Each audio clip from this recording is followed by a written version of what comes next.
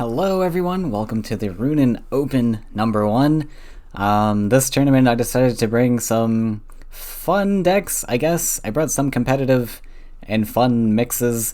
I was kind of getting tired of the red, yellow, angry because everyone's been playing it and I think I've overplayed it myself. So I put in a blue sevens list. I thought this would just be kind of decent, and I felt like Krog Rush was going to be a thing in this tournament because Carassius seems to be a thing up and coming. So I thought, I should have a blue list in here. We'll do blue sevens because I think like cards like Gabrian Warden and such can be more resilient to yellow flyers, which, as I've mentioned in the past, is very prevalent in the meta currently. This yellow flyers list that I brought, I think, is just one of the top tier lists in the meta, and I brought this to the last tournament, haven't really edited it at all. And then there's a red control list that I really wanted to try because I got inspired by Alpanico, who brought some kind of list like this, where he was running Grappling Hook and Baldurion and Lost Explorer. So I threw together a list that kind of looked decent. It just goes heavy control and uses Grappling Hook. So it's a 5 mountain deck, so we actually want some Fire Ellies to extend to those lands. I just go to both sides of the walls and turtle up, control the board as much as possible, draw a +1. We even got a Meteor in here for those niche situations where maybe it's like a turtley mono green. I think Meteor can help a lot there just as a one of. And then Lost Explorer is really great with the hook, where you can just, it's like a flame burst, you deal 3 damage to something, but then you get to transport yourself onto that land, draw a card, gain +1 Faeria. Same idea with the Spite Sprite. It's kind of like just enabling your grappling hooks as 3 damage removal tools, which I think is pretty cool, especially for the Spite Sprite only being 1. And the list was kind of expensive with like all these Ground Shakers, triple Firestorm, even that Meteor as well. So the Spite Sprite just seemed to fit really nicely in there as a starting creature. Little collector that pairs nicely with the hook. And then the red combat list I brought to the last tournament as well to specifically counter flyers. It's pretty much identical. I just ditched 1 Firestorm to make the numbers line up nicely, and also I think I don't need triple Firestorm when I already am running triple Firestorm in the other list. So this should be pretty good against flyers and monstrosity, hopefully. Angry is definitely a lot better because they've got like eels and swarm and stuff, but I really wanted to try out this red control list, so I just brought 2 red lists, and then because of that I know that I'm going to be super weak to green, mono green, so blue sevens I think fit really nice there. Yellow flyers was good against mono green, so we've got 2 lists to counter the counters to my counters. So anyways, let's get into the tournament. Hope you enjoy. Alright, there we go. Okay, Bamster's food has not come, so we're just gonna start.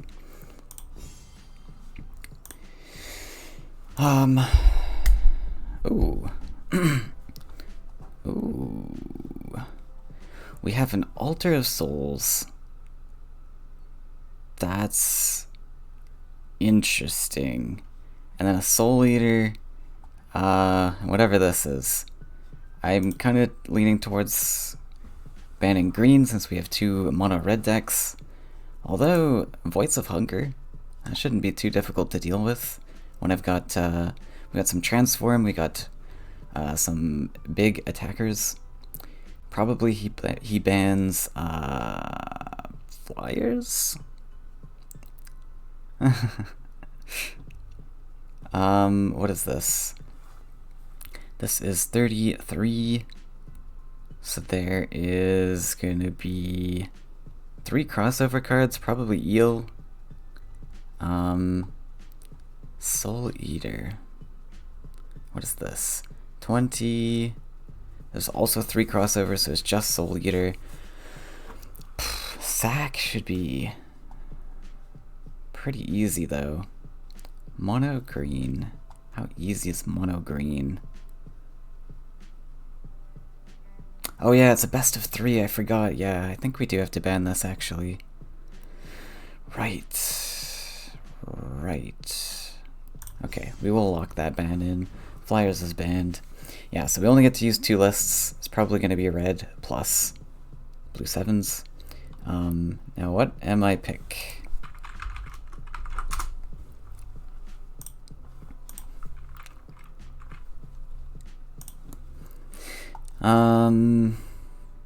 Red combat's pretty decent against all. So typically in a best of 3, you want to, like, in a best of 5, I usually start with my worst list. In a best of 3, I think you start with your best, just because you're hoping to carry a little bit, and then you save a counter list for the second match. So we're gonna lock in red combat. This is the same, essentially the same red combat list I brought to the last tournament, so there's a lot of different answers to a lot of different things. We got destructive volleys for the flyers. We got commands even for the altar. We're going against sack. So we can play this a little bit fast.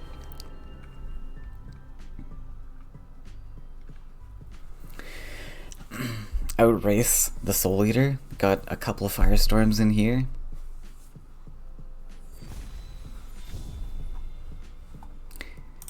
That's a very controlling hand. Okay.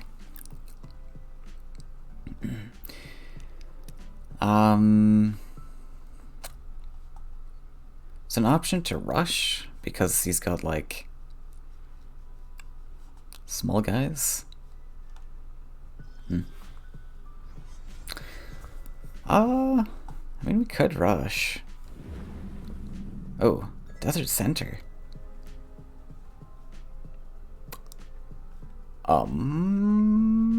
Interesting. Rush. I don't know if we need to rush. We'll just go mountain. It's kind of I think he's going more tempo, perhaps. Oh, what? Emissary? Okay. Glad I didn't rush. We're playing something.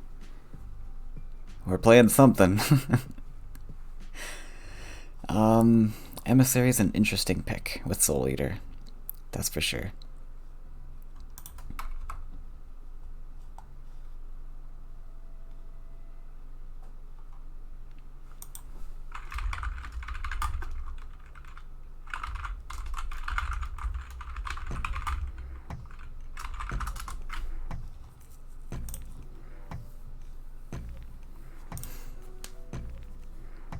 So we will just go to the opposite side here. Ignore the last words guy.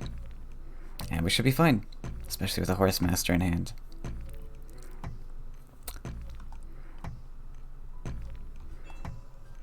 Wonder if he's getting food. So let's go... Boss? Just cause he's sturdy? Seems like he's playing sturdier things. He hasn't said anything, so we'll just pass.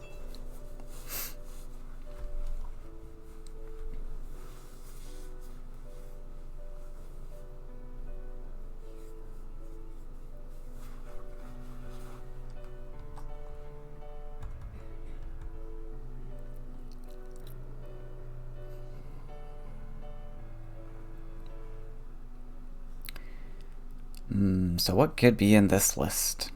We had one neutral, I believe, right? Maybe? Can't remember.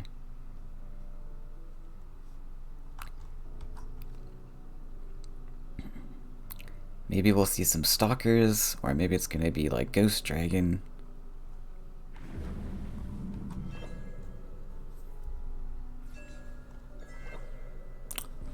We'll just aggro up.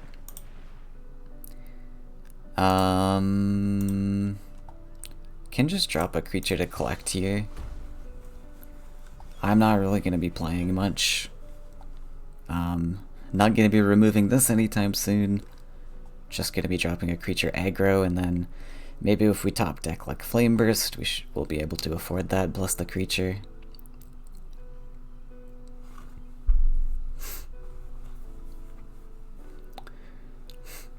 But Bamser may just build up hand size for this emissary. Perhaps there's a training in this list. I really don't know what to expect. He's gonna step back. Fanatic to move it back. Interesting. Gonna try contesting this boss. That is gonna mean I can't play Herald. Maybe we just drop double boss.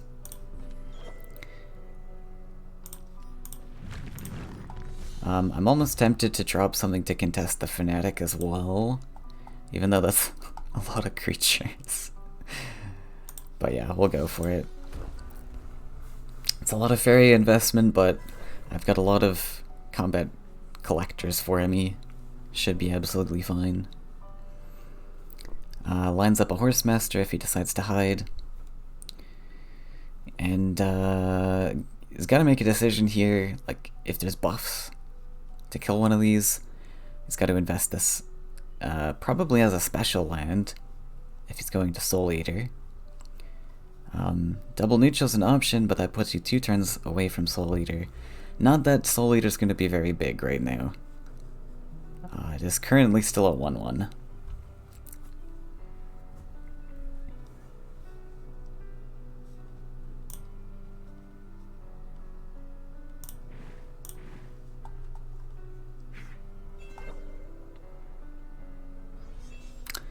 Does go for the double neutral. Okay.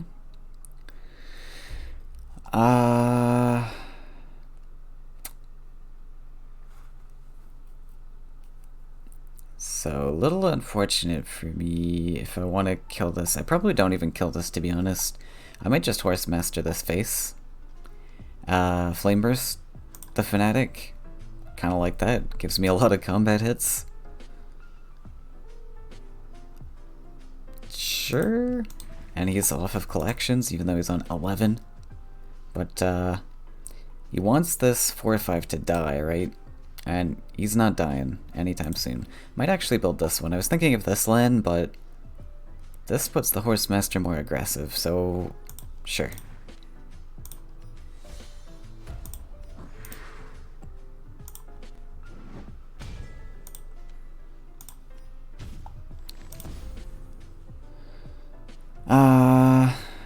Yeah, we'll go shimmy shimmy. And it's gonna surrender, okay. Fair enough. Oh, he left. Okay.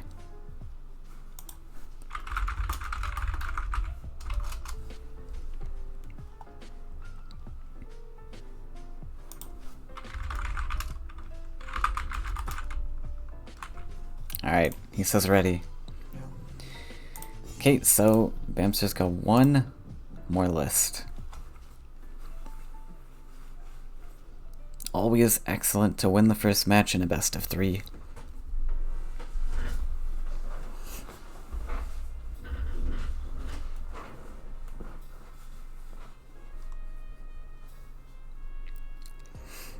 So let's see what Bamster catches with. Probably this Mistral Guide list.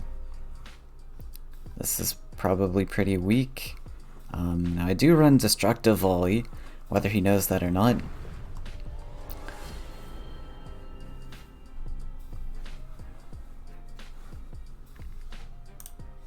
Man, I'm getting tired of my playlist. I need new music in here. Alright, we are going first, so this is the Mistral Guide list.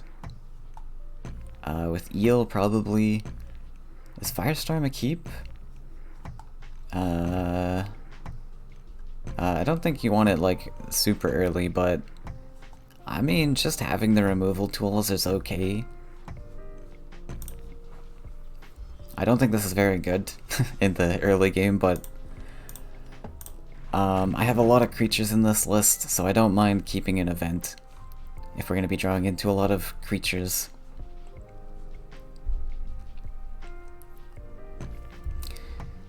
Alternatively, I could have like hard mulliganed for Destructive Volley.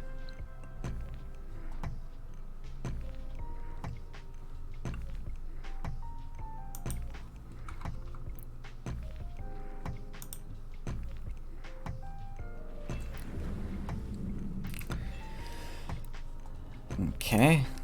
So it's gonna be flyers for sure. Oh, it's a follow from Yori. Thank you, Yori. So we definitely want to dodge this. Probably just Herald. We'll go for the cheapest thing. We got some expensive events here.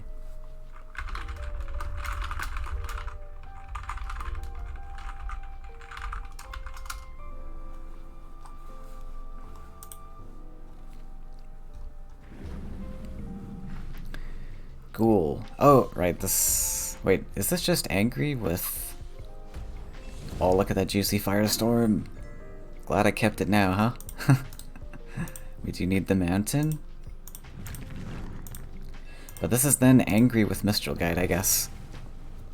Tried to throw me off with the cover. Okay. Angry. Alright, that firestorm was super nice. It's got a Manta Rider.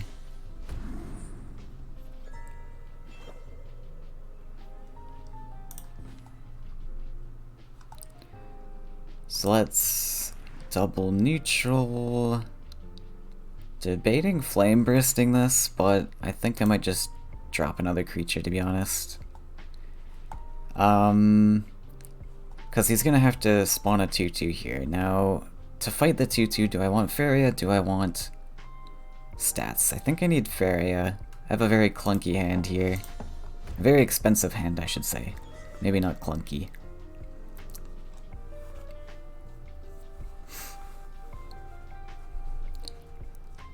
We do lose that combat buff immediately, though. That's another thing I could have considered.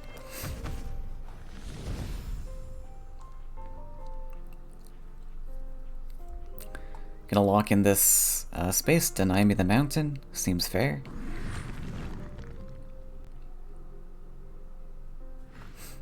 And Fnatic away. Kind of figured that could happen.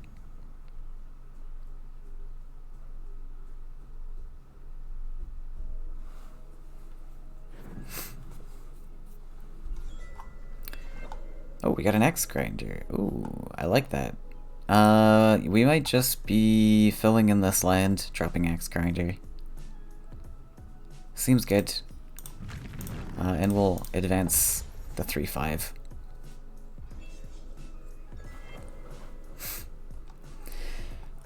So Bamster needs one more mountain for this build. But it should be pretty cool with double neutraling here.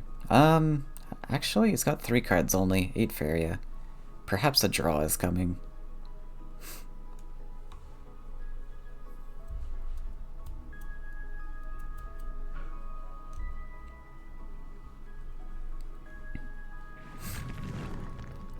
Filling in that land. Going for Thunder Eel. Thunder Eel's rough. Thunder Eel's pretty rough. I don't have much for that.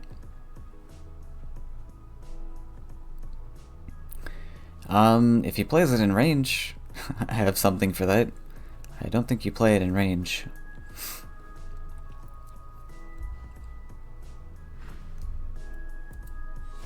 Gonna play it in range.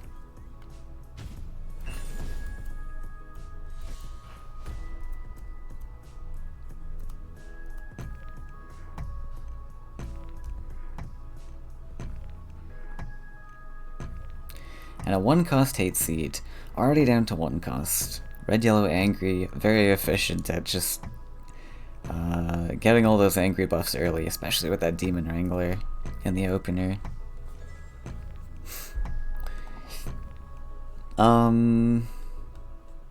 Ooh. Command is pretty cool. So we're on 6/7. Can play this. Cypher just has to go backwards, which is super awkward.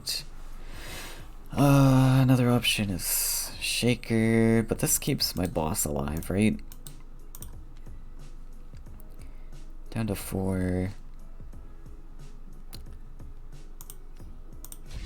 Yeah. I think we'll go for this. I guess I could... I want a +1, right? We want to shaker this, right? Okay. I mean, maybe I just shaker now. We go +1 shaker. If this takes a hit... Yeah, I guess if this takes a hit, we are collecting anyways. So it'll be on 3, 4, 5, 6 guaranteed. So let's take a draw. What do I draw for though? Okay. Suppose I'm just drawing for extra stuff, like Horsemaster, extra answers. And if he finds like hand removal for this, then Ground Shaker's not really doing much anyways. So we'll just line it up for this turn, maybe invest another creature, and Ground Shaker can get a little bit more value.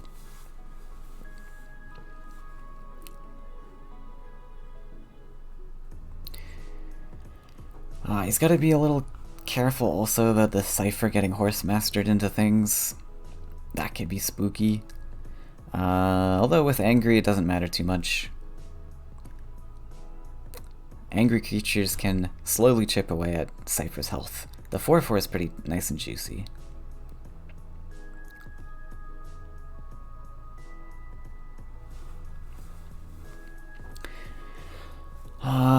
And we just have to keep on this pressure. Force Bamster to keep investing stuff and limit his collection options here. He's got to keep drawing with this low hand size and hasn't been able to double collect with this 3/2 yet. And I think as soon as he does, as soon as he invests those lands, we're going to kill it. But we're going to force that land investment first. Oh, sidestepping. What's this then? Another eel? No, it's not good enough. Ranger? Okay, I'm not sure what the Ranger does. He just wants to protect the 4/4 for some reason. I guess fair enough. So we can go to 6, 7, 8, 6. Suppose I can draw.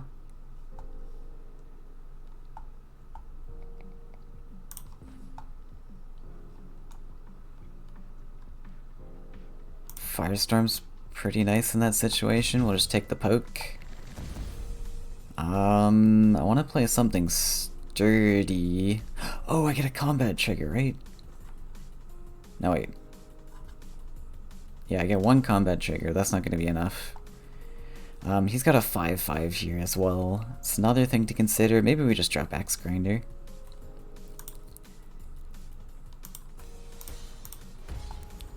Step, you drop the other creature. Is this worth it though?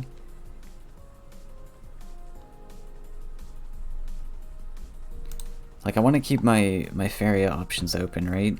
But at the same time, I might need some collectors. I don't think I can keep this push going forever. So it's just expensive, but sure. Right, I lose the buff. I don't know if I like this actually. It was pretty nice to keep my Faeria open for like Ground Shaker plus Flame Burst. I don't know if the 3/4 stats are really that useful. Although, what else would I use them on? I think I played 2 bosses, right? I only have 2 bosses in this list. Wait, did I play 2 bosses? That was last game. Okay, maybe I have one more boss. Because boss would be nice and juicy with that extra stat. Brigand doesn't matter so much. I guess it trades nicely into like Fanatics, Horsemasters.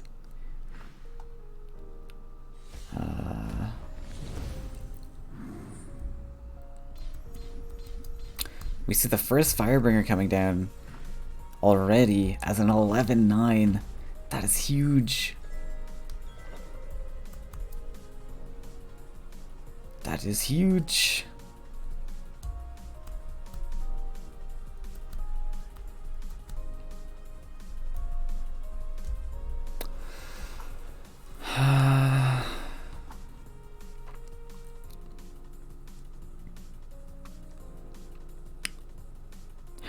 fighting this. It really sucks having only one attacking land. That is doing me in for sure.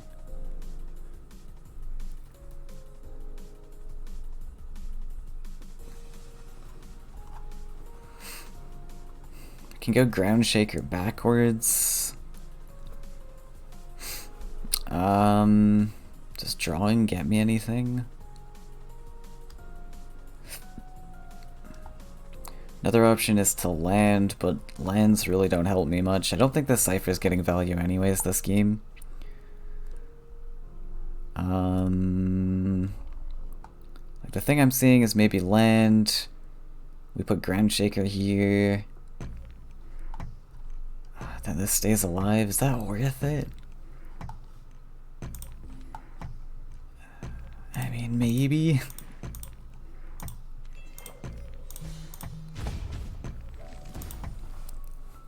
I should have went double neutral between wells. That was probably best. Doesn't matter, doesn't matter.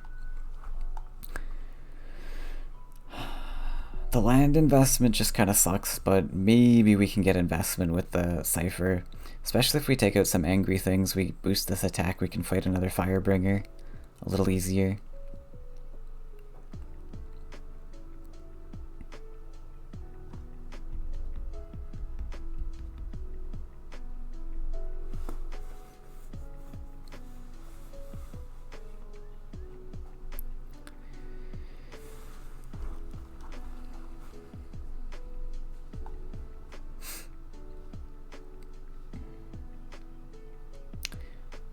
Yeah, it's fine.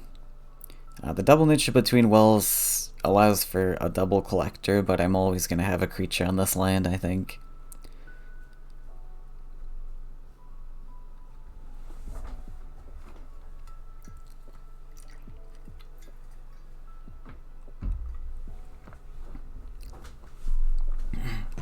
Might have to save this triple burst for face as well. We'll see. Because eventually Bamp's just going to be able to swarm and I'm not going to be able to do much about it. Ooh. Investing the can. Oh my god, another one? So soon.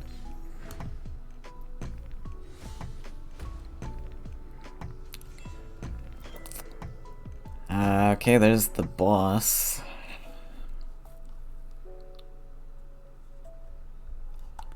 I don't know if I'm gonna win this one, if I'm being honest.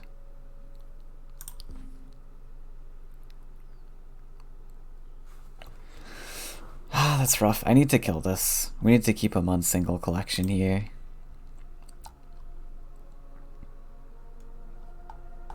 But that's rough. If only I'd invested the double neutral. now I think I needed it. I have to keep him off double collection. Not ideal.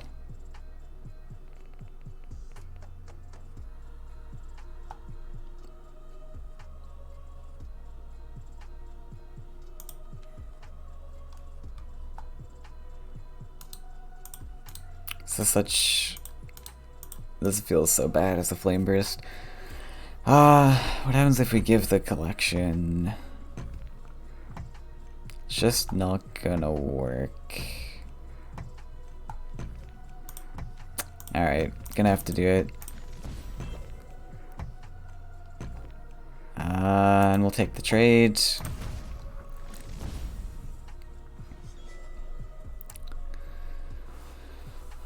Gotta keep his Faeria count as low as possible. Keep him on single collection.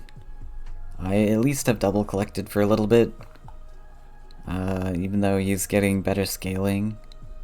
Demon Wing?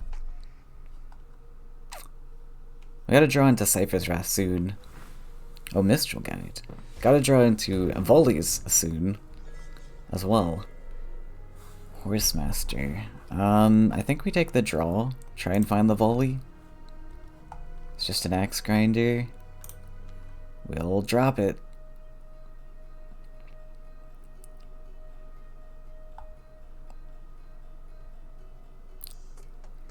5, 6, 7, 8.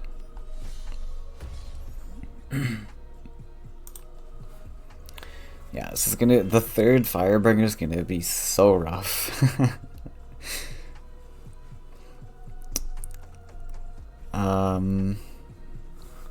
Might be thinking of dropping it here. Would be pretty game winning. But not much that red can do. 3 Firebringers in the opener.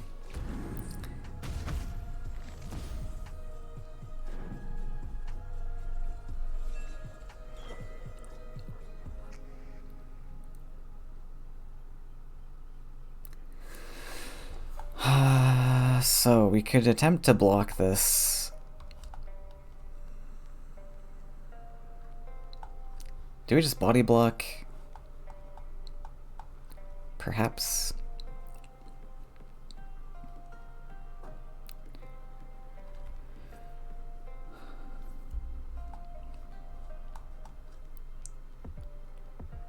Can a horse master this in? We lose the collection.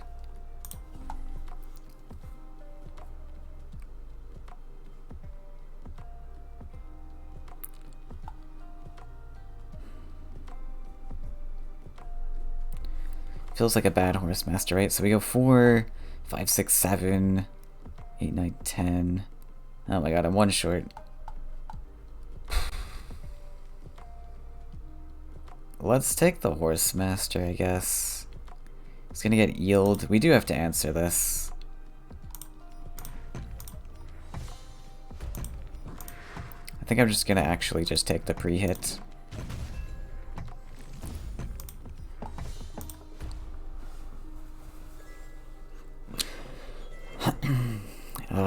If we come back from this, we've defeated all Firebringers, but it's gonna be so brutal to come back after losing all the collections. Also, I just set up double collection for him, but I didn't want to build this neutral for him to step on, build land. Probably doesn't matter though with the Mistral Guide on board.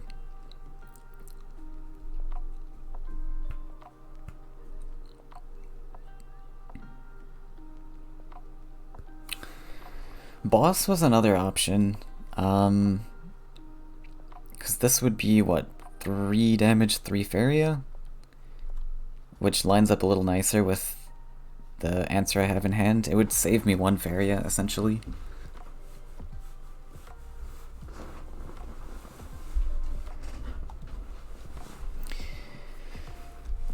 Maybe we can top deck Ground Shaker.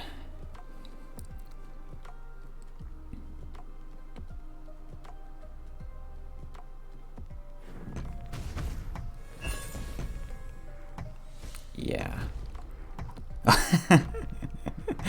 Forgot to Mistral Guide it. Oopsie. Okay, this might be a surrender. Volley's neat. We have Firestorm.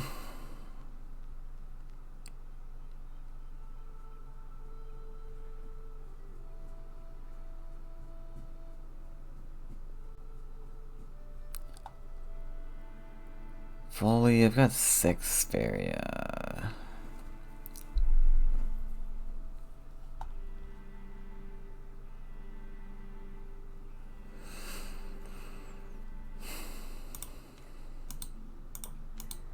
It's probably just volley, yeah.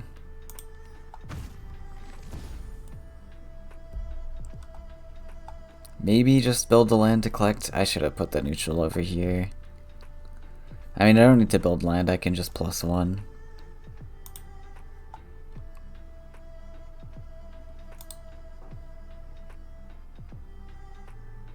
Does building land do anything for me? I guess we'll just build it.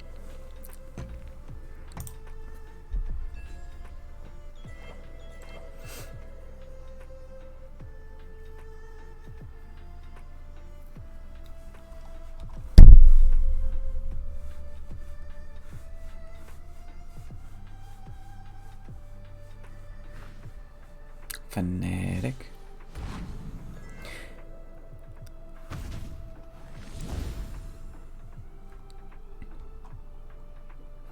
Okay, so this is a surrender game, but maybe we'll run down time bank a little.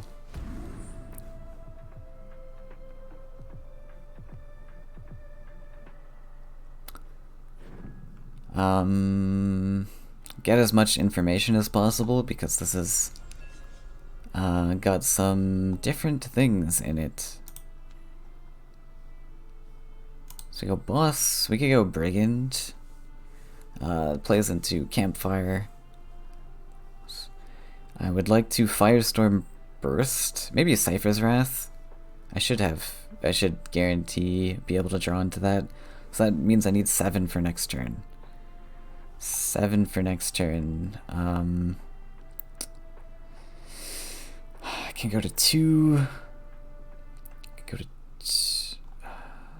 +1 to 2. Then I'm on 5. 6 if I collect 7. So I can get 7 if I +1 here with this, or I can go boss draw, brigand draw. Let's just... Brigand's safer, I guess. I mean, let's just take the risky play, yeah.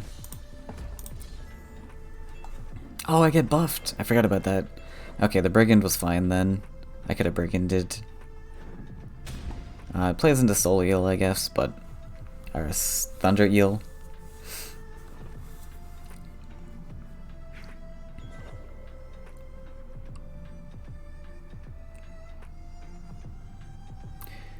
And we'll try and use our time bank quickly, if we can. Because I'll need that time bank for the last game. So I've got a mono blue list to fight this. We got some transform for the fire bringers. The swarm might be a bit troublesome, but I'm sure we can break through.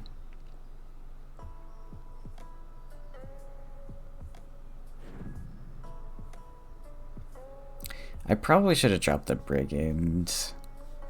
There's no guarantee that I top deck Cypher's Wrath here.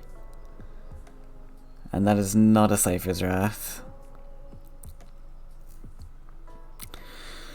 I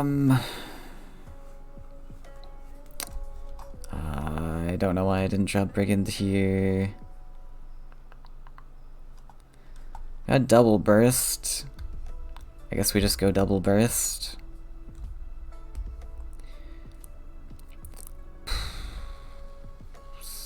Yeah, I need to just play fast, right?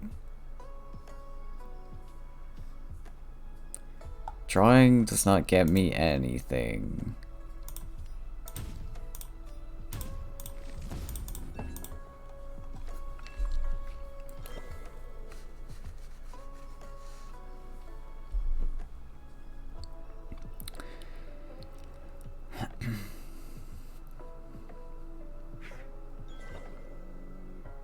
Can still make a firestorm work here.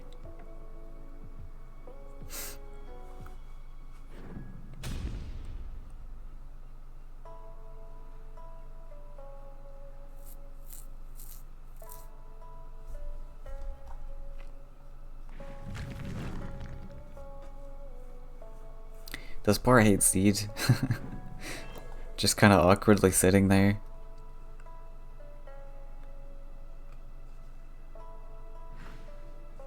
So he's got more than one guide. It's not just a deck cover. Probably, guess it could be double guide. What? That I was not expecting. So that's good information.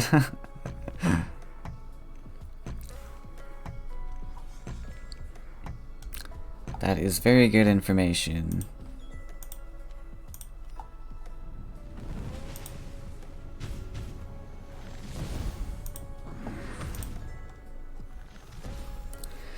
It's got an altar of souls. Okay. Yeah, blue should do alright against this. Altar's pretty clunky. I mean, it depends. Like, you could get a good hand, but...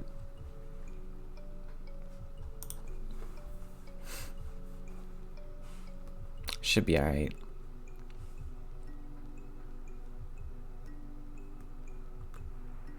We'll play it out, see what other tricks he's got up his sleeve in this list.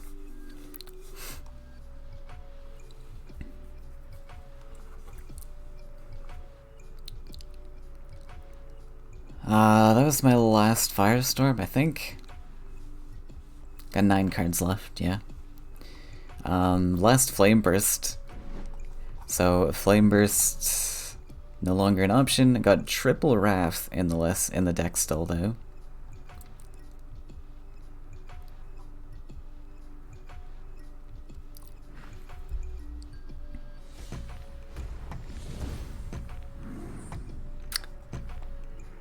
Taking up his desert spot for the 6th one. Alright, I wonder if there's Radiance. There was 1 neutral, right? Was there 1 neutral? Let's take Horse Master just to get a value hit.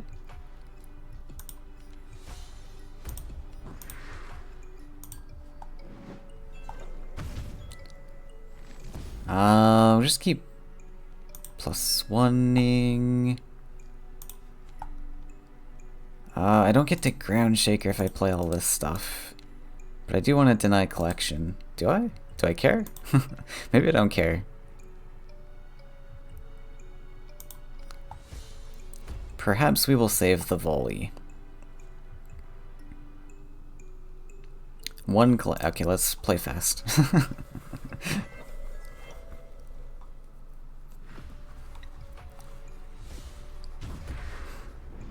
Going face. Fair enough. Yeah. Oh, he's got it? Double Wind Soldier, nice. Okay, so that's good information. We got Celestial Tower, Origin Fanatic, Altar of Souls, Mistral Guide, Wind Soldier. Wind Soldier is pretty obvious, I guess. Oh, we are in a best of 5 lobby. I misread the brackets. So let's see. 8 minutes per game. We have 3 games to go, right? So this should work. Alright, here we go. So I'll ban this. I can no longer use my red.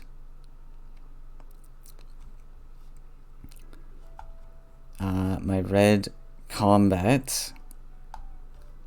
So we're gonna counter with blue. Yeah, we gotta counter with blue. Okay. We have an altar list to fight? Yeah, that should be fine.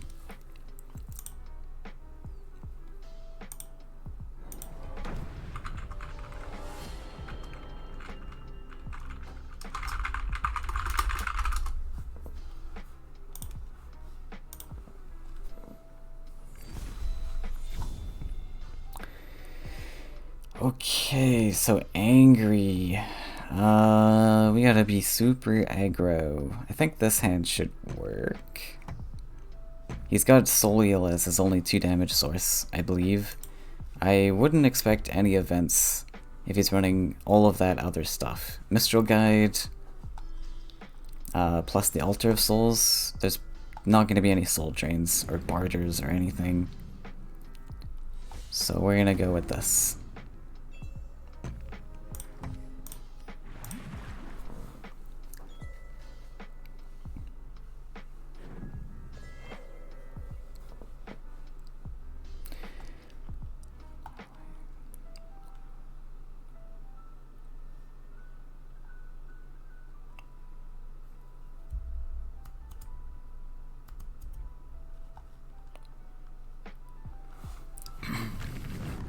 What's my next land gonna be? I could make this a lake. So I want to extend my lands this way, right? We could just make a lake.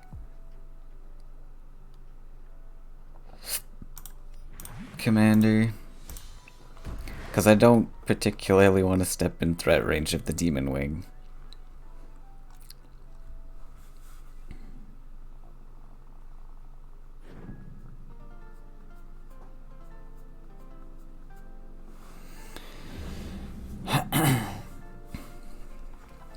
This is gonna be tough. Man, Angry's just too good.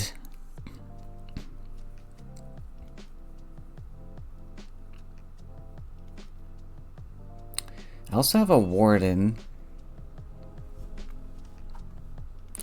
We could Warden to the right side. Get a double collecting Warden.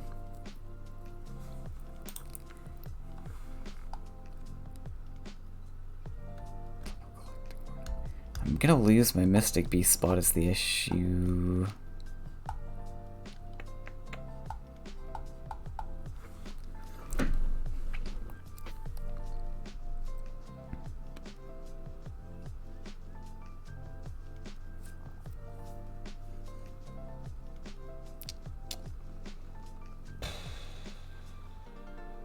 Also, Explorer Lake, does that make sense? It does because all of his creatures are desert creatures. Right? Okay.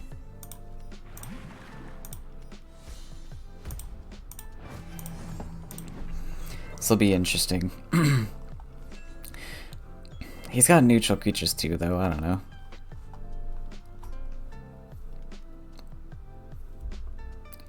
Like, pretty much what might happen here is I step back, drop the Mystic Beast, and now my lakes are messed up, but we'll see.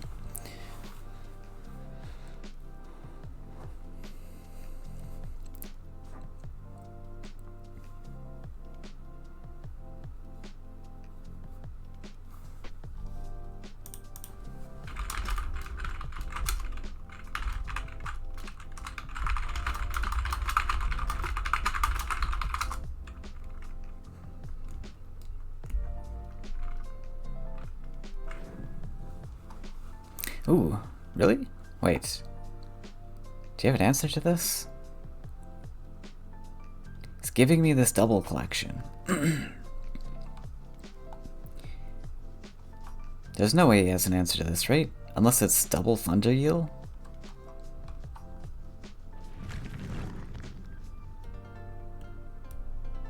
Ooh.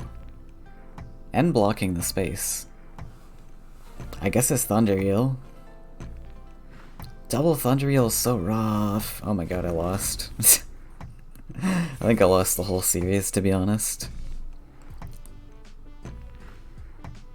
Oh, okay, well that's fine. That I can manage with. But I wish I built this like...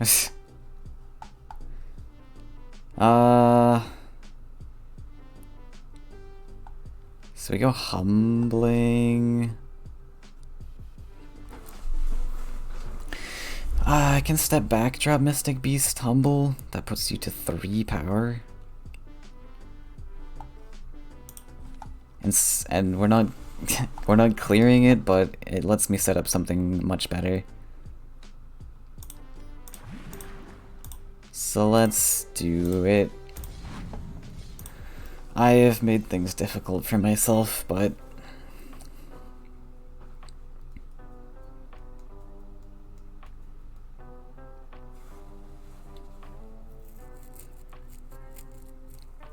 I also need to be collecting from this well because I've got Colossus in the list.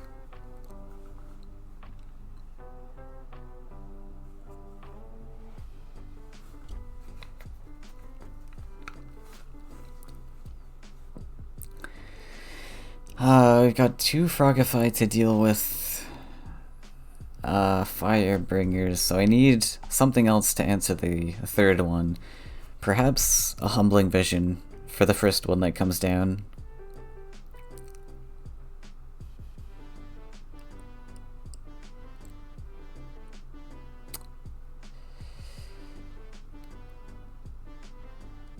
My lakes are looking super awkward.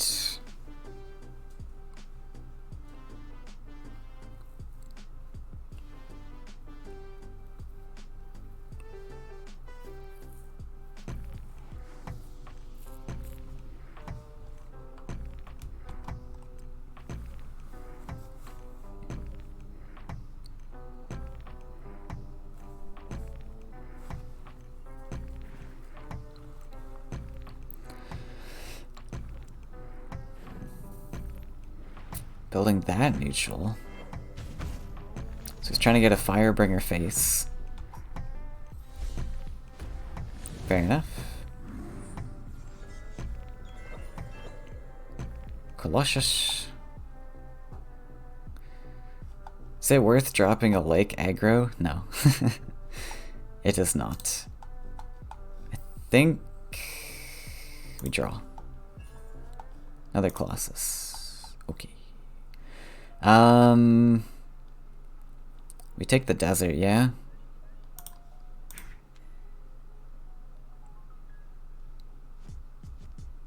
God, I want to move this 4-6 up, but I just made my land super awkward. We're just gonna put the 4-4 here.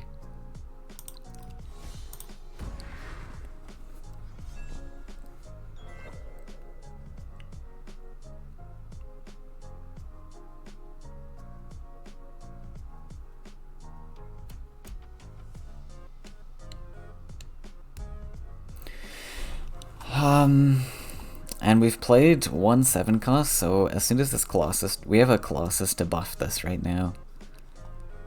So that's something to note. Thunder Yells are really awkward stat lines for me. He's only played 1. Got another one to come. We got the altar to deal with too. So we have to make sure that our jumpers are staying aggressive to answer those. Stepping on deserts is great for Mistral Guide blocking and stuff.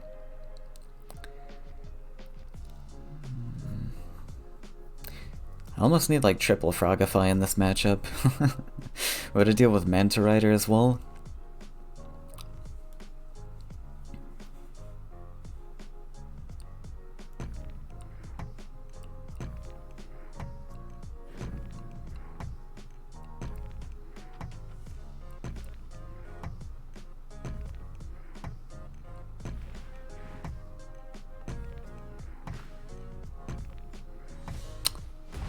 Okay, kinda sucks.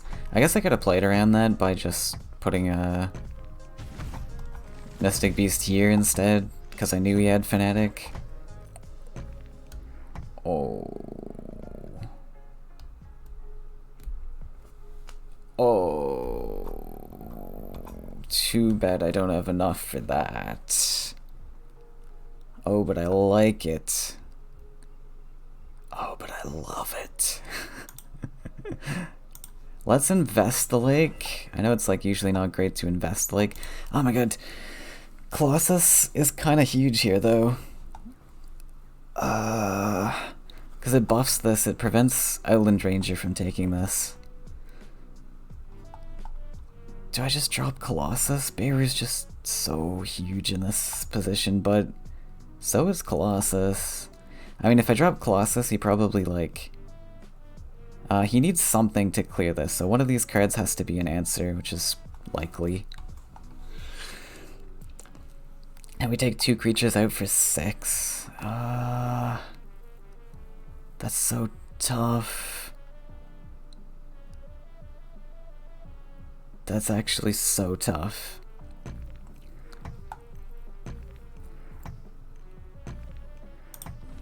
Tempo Colossus. That's gonna set us back so many turns for Beirut. Oh my god. I'm gonna risk it. I should have moved the 4-4 here out of Outland Ranger range. And then if he has the Outland Ranger, he builds this land and we don't have Beirut anymore. But he had to have like top decked it here. I wonder how many Outland Rangers he runs. We only saw 1 last. Oh my god, he's playing a land there. Oh, it's so bad. I should have... Oh my god. Okay, no Outland Ranger. Alright. Not the end of the world. Wind Soldier. Would have traded with the Colossus anyway. I should have popped this up too. Now my Colossus are just not even playable. Sadness.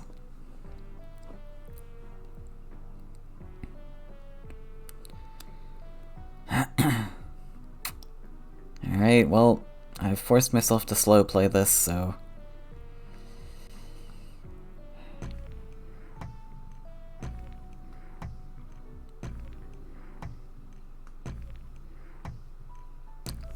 Tower would be a nice top deck here. Just to get the double collection. What's this?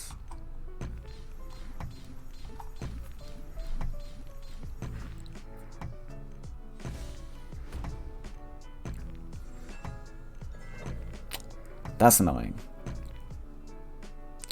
Wait, +1 Frogify, right? I think it's gotta come down. And then we can Beirut. Okay. This is the way.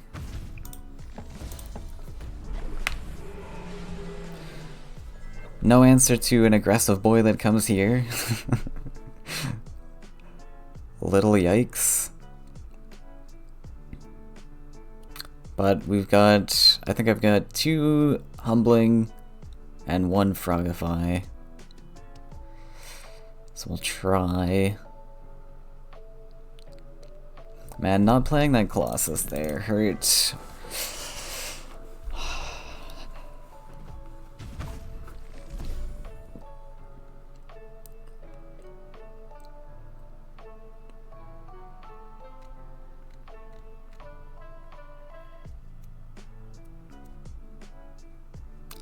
Eel?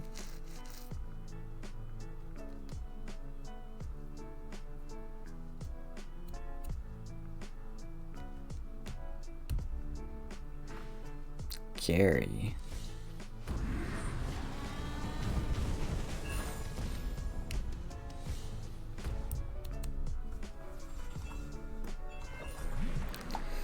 Mystic Beast is cool. We're just gonna take double collect.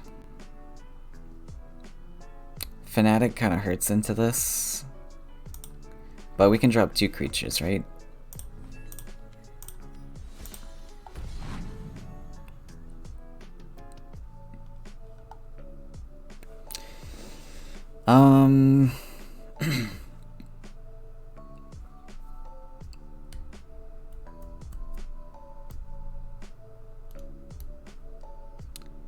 I guess you just have to go here.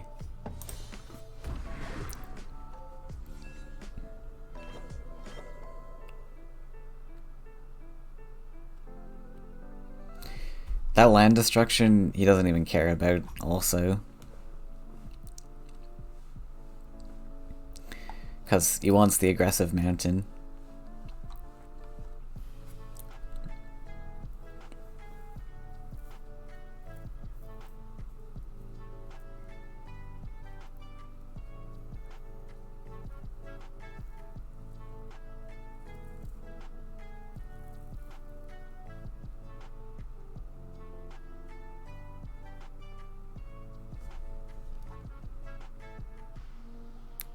Mountain coming here, potentially.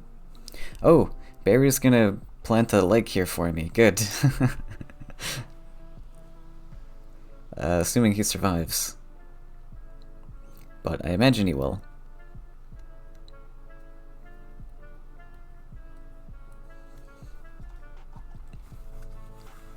Two cards in hand.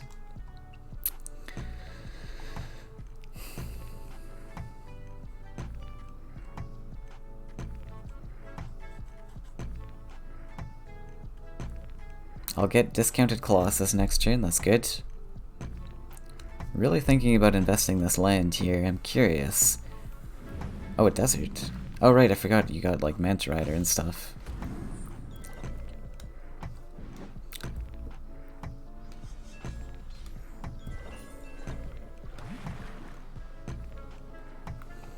Okay, that was a mistake.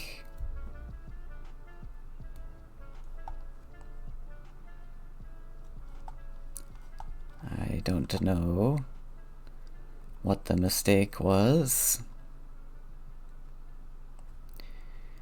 I think Commander's just taking this. I suppose that is kind of a mistake. And now I have to think. I gotta be real spooked about stuff coming aggro to my face. Might drop an Archon defensively.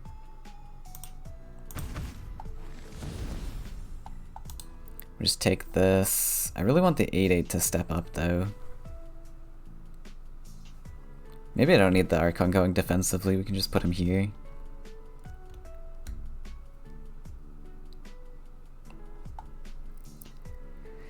I do want Beirut to step more aggressively. We can do this. Can step here.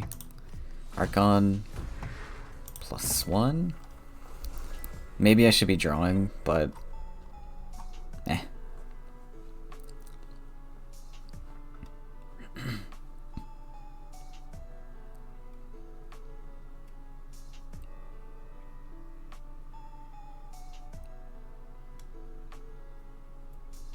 Can find Thunder Eel here.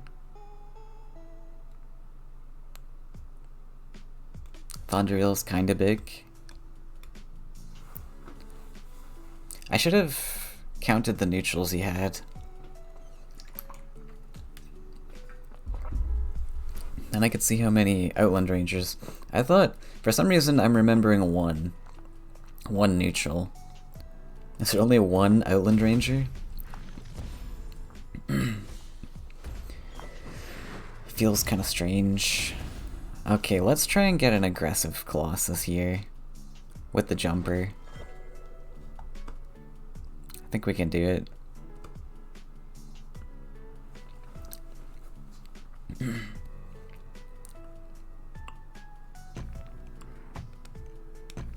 We've seen 2 Wind Soldiers, I believe.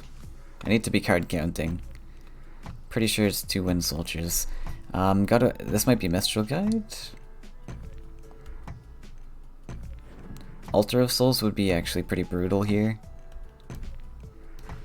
It's Deathwish Ghoul. Lining up the 5/2 as well. I don't think we can go for aggro Colossus anymore.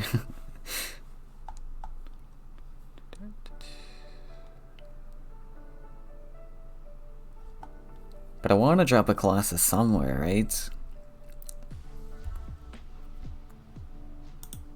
Aggro Colossus doesn't make any sense.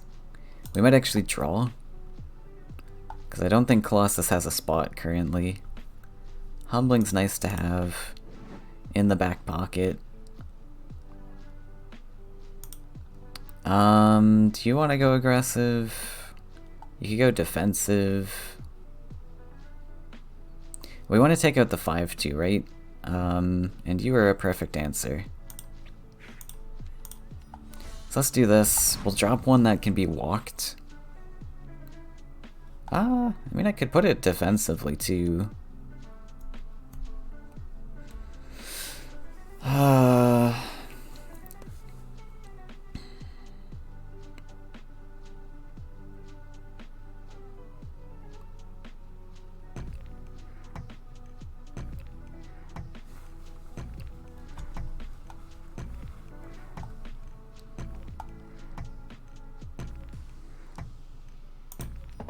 Sure, this might protect me against like a tempo Firebringer. It's not even tempo at this point.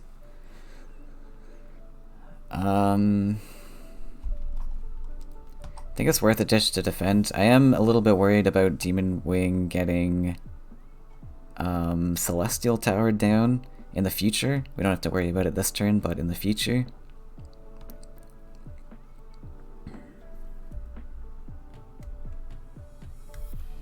Also puts pressure on this right side collection, so we get this Manta out of the way. Oh, it's going for it. Wait, what? Where's this going? Oh, fair enough.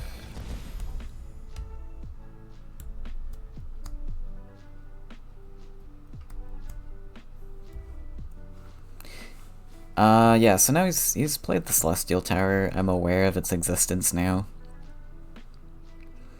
So we don't have to play the Colossus in range, I guess.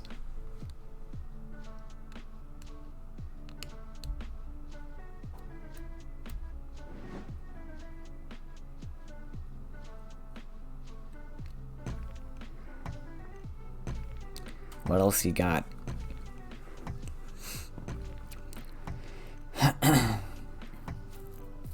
So one frog if I left, I gotta remember.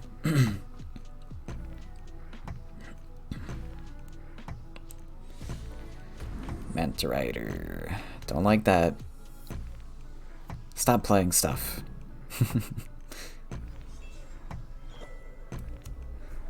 Toads.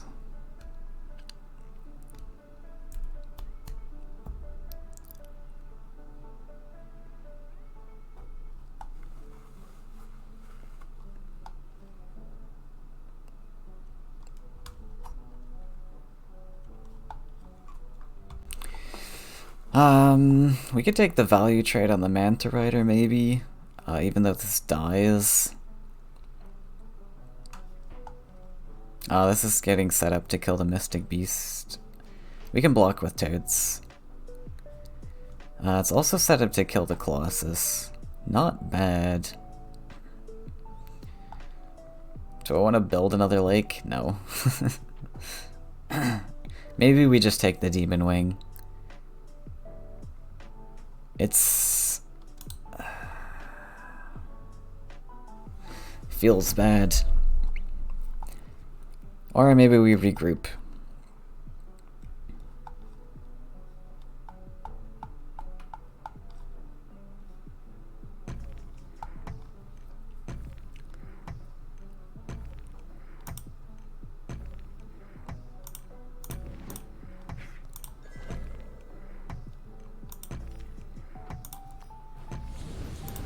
Should have drawn. Okay. We'll just swarm a little bit here. So this sets up a nice clean trade for him here. It does get to collect, but also, well, it's not a clean trade, I guess. But you can value hit a toad. Oh my god! That's fine.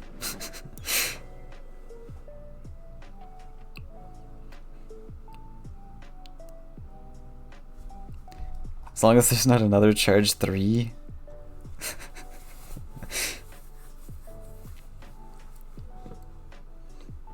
I'm playing this series so poorly.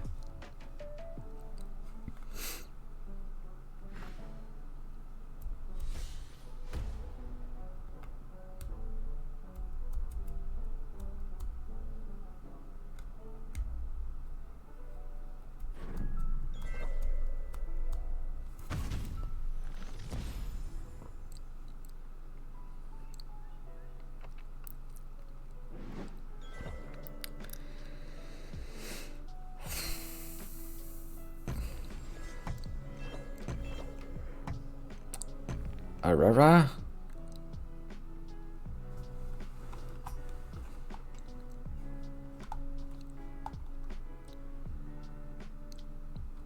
What if I gave myself a Colossus spot here?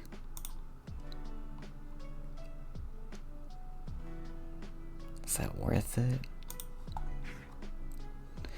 Like, we dump Colossus here, he gets a trade of course, but he already has a trade on like Archon and stuff, so it's not awful. Gives me an aggro land.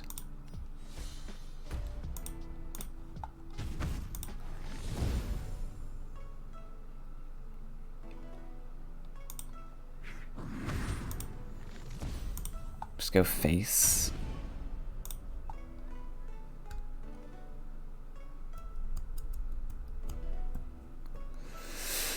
This Colossus is super awkward.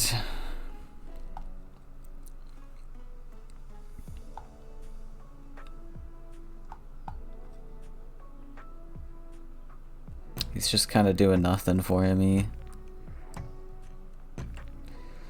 But as soon as that Firebringer comes down, I need an answer. We'll come here. This gives me like a Sunken Tower shift. If I want to switch to aggro.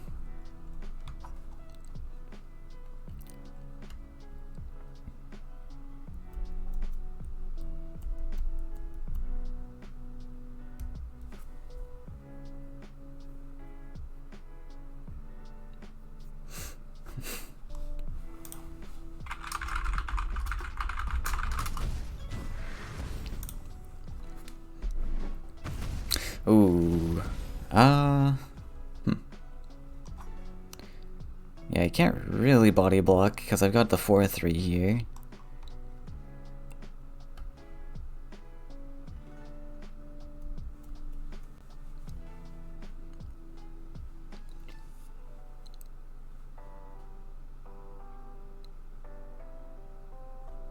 What's it got for the Colossus then?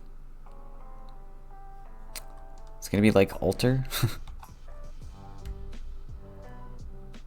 Thinking of playing something here?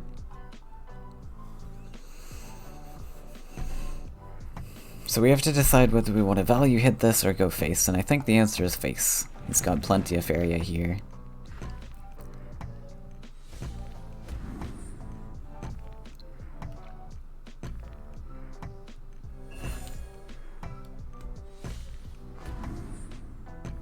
Oh, double block.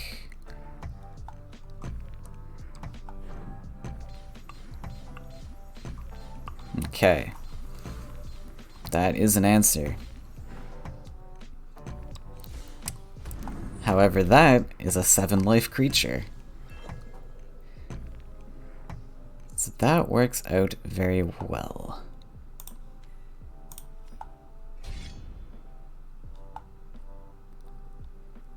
Do I risk it and take like a value clear?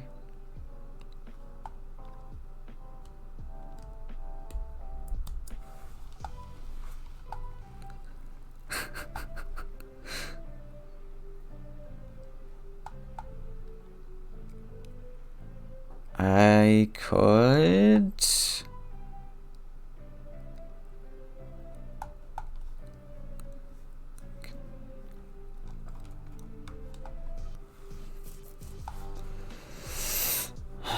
I want to clear this 2-2...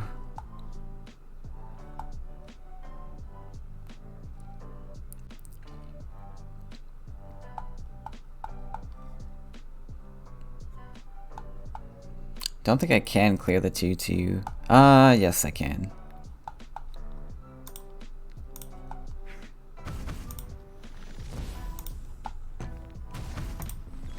Should is that worth it? Maybe it's not. Maybe just go Colossus. That gets Wind Soldiered. This is my last Colossus.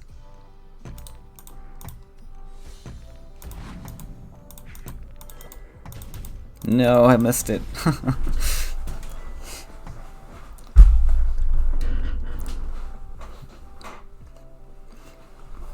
Wait, he's on 6?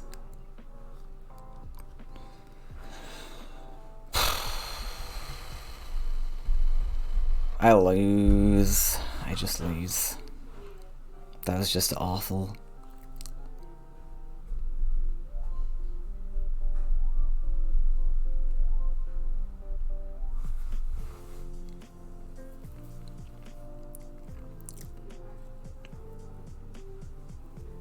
Ah, Bamster deserves to win this.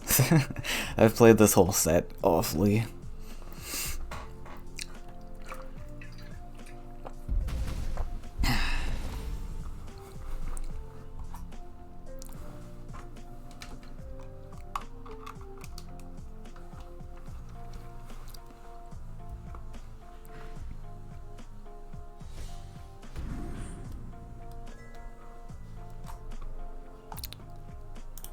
I should just surrender.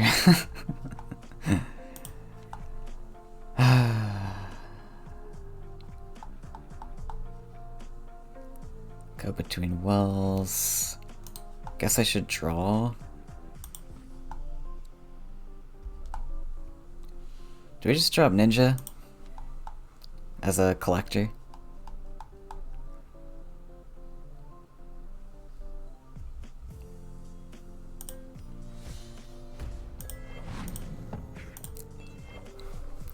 Two cost 3/2.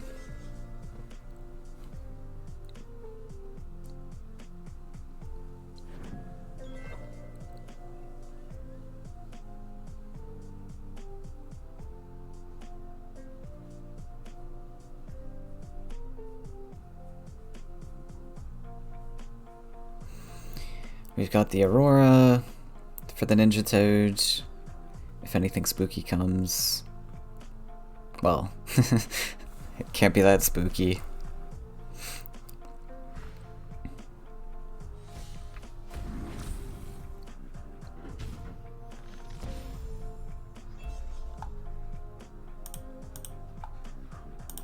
Can play two things.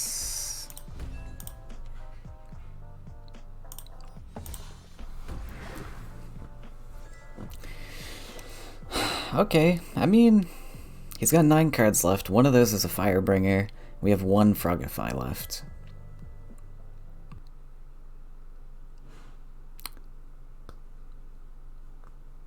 So we'll see how that goes.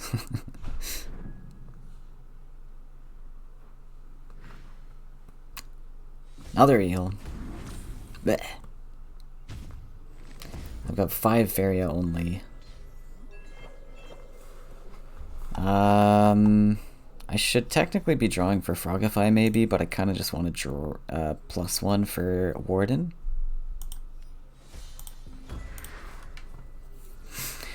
Now that we have this poke hit, Fatigue might come into play.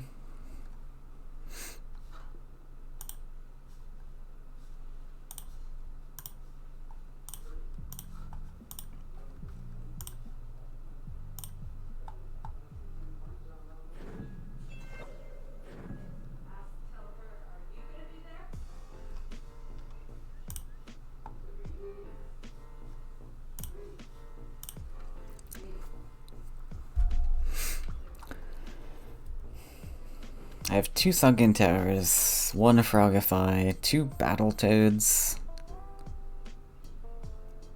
That's 5 of my cards left. All the Colossus are gone. I think we have 1 more Archon. And then I've got 1 Command.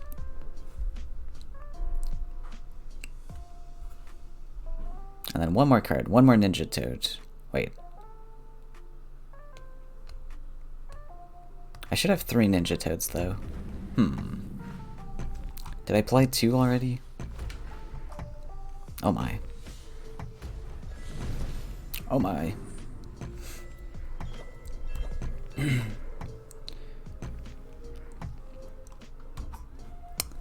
These 5 life things are a little nasty. They are a little nasty.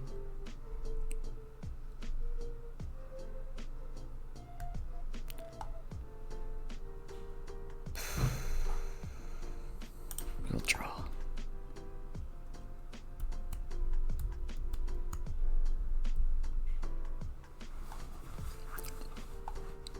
So we shouldn't have many 1 damage sources. We can take this. There's 1 Outland Ranger at least. So we could do this 7/7 in. That might be more valuable actually. Could do this in Aurora.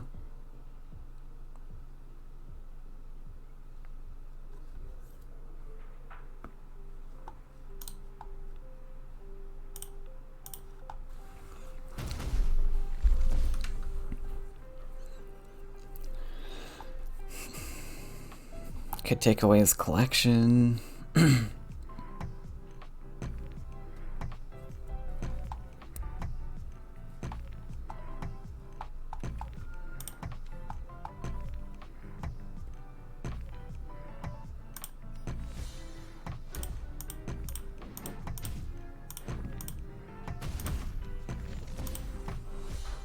Would you like some tea? I'm so bad.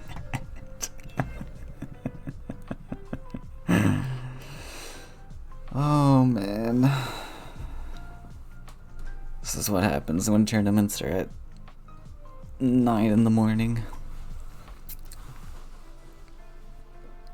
It's okay, we're doing it for content. Ah.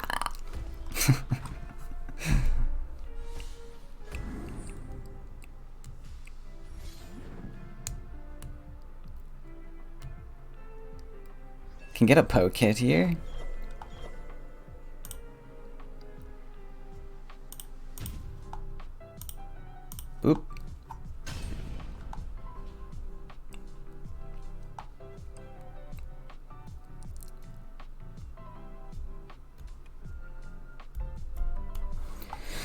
Then...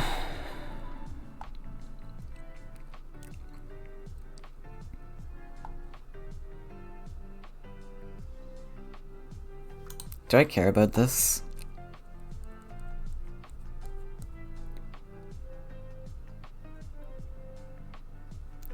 What is my win? The 6-1 is probably it.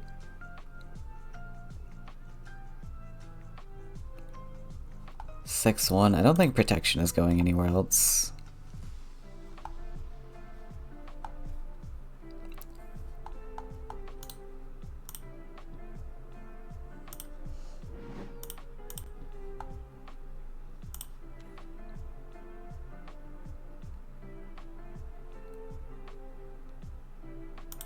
Yeah, we just do this.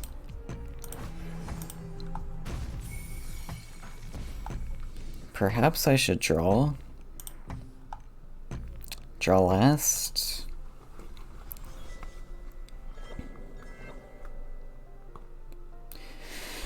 Okay, so 1 Frogify, 2 Battletoads. Last card... Ninja? No, it's Sunken Tower. I have 2 Sunken Towers. Okay, this is my last Ninja Toad.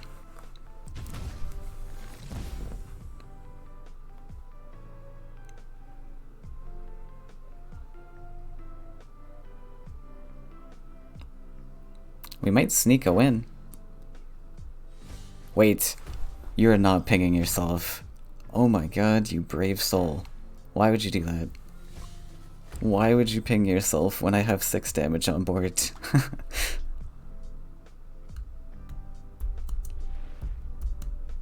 I have 2 Sunken Towers. Plus the command here. Oh, you brave, brave soul. Just have to top deck it.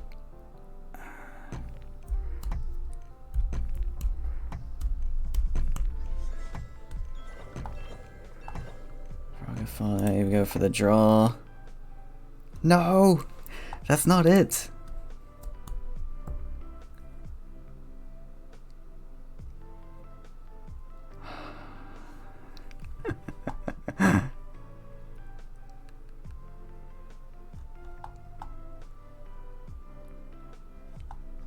That is not the one.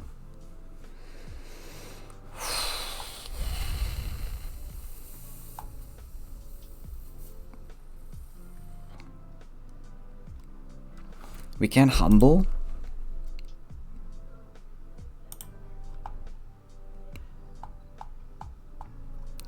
This can't really go face, can it?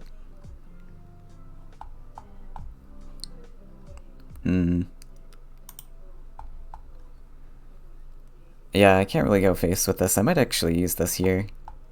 Because there's nowhere relevant for this to go. We can just slow play this.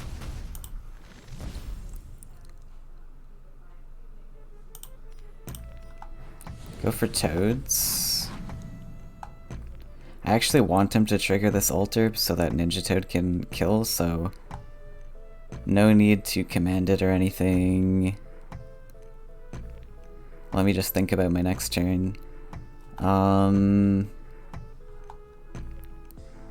We should be okay, right? Let's try and predict what he has. So he only had 1 Outland Ranger, that's kind of strange. Fatigue's gonna come into play potentially? Maybe not. We have this 1 Frogify for his last remaining Firebringer. I think we got this. Even after all those misplays, I don't deserve the win. I really don't. But I'll take it. I will take the win. This is a tough list to beat. That is for sure. Okay, smart boy. Not gonna proc that. So last card is Sunken Tower. Don't think that's gonna help.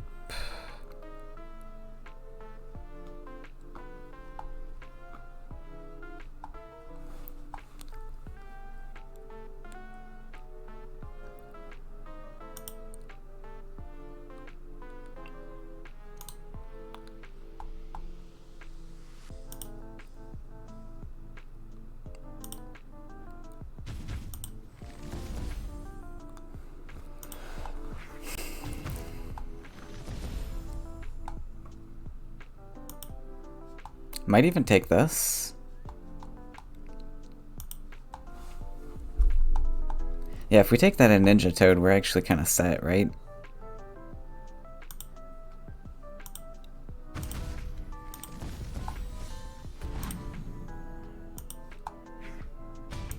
Just aggro like double toads.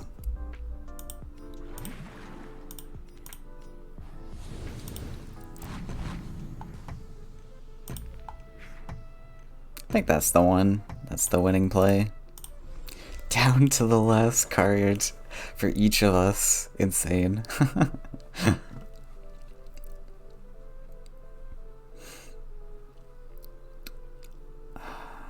What a match that was. I mean, okay. I think he's playing weird cards, and I made weird plays. Maybe it balanced out. Was that exciting for you guys? Seeing good players make bad decisions. I hope it was. It's not over yet though, but that was definitely the win that I needed.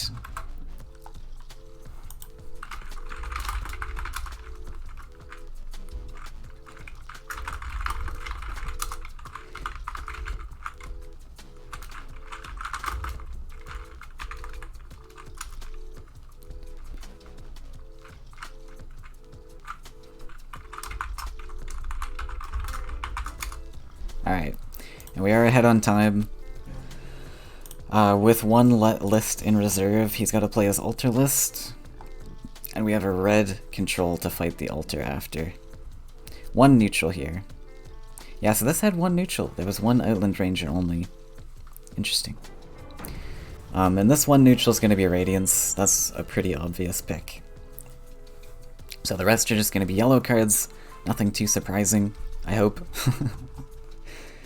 I only have one command in this list to manage the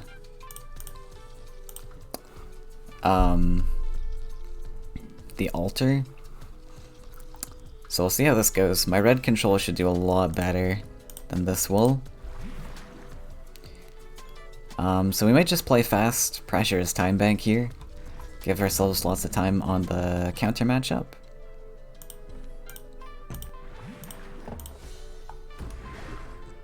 Archon was probably better there.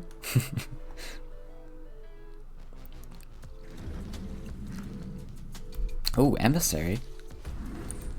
Double Emissary. Okay, I wasn't expecting Emissary, I will say.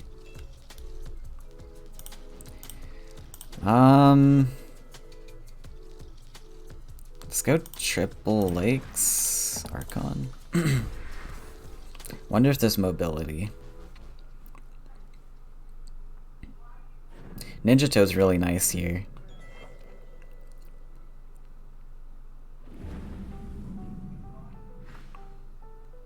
Mistral.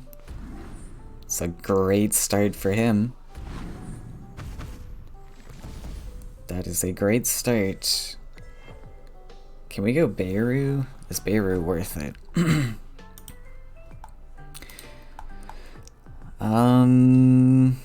Can't ninja this, right?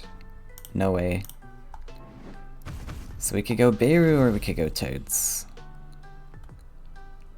I kind of like Toads a bit better.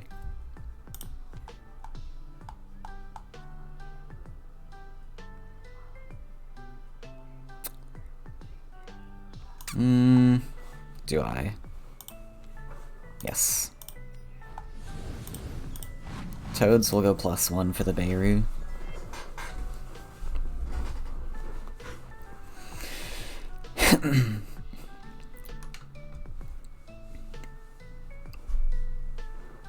It's only on 2 cards, so can't deal with all of them.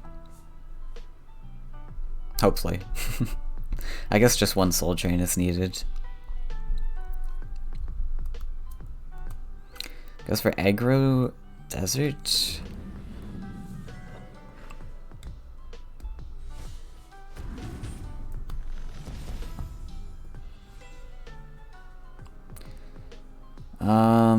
Frogify. Oh my god, the Colossus is gonna be clunky.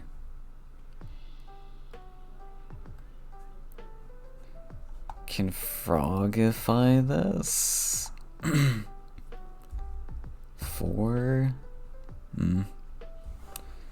Doesn't feel great. We might actually just dodge sides, drop a Beirut.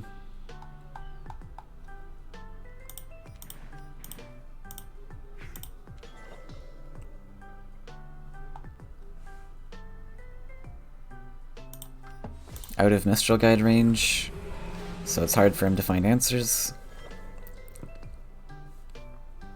I don't know if this 4th desert is needed. Maybe he runs Husk?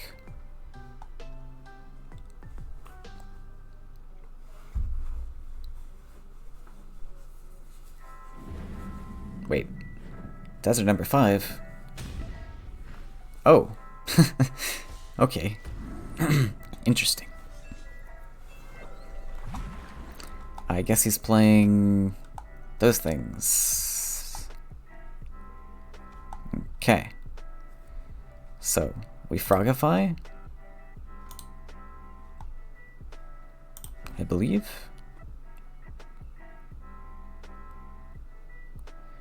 Let's try and discount this Colossus.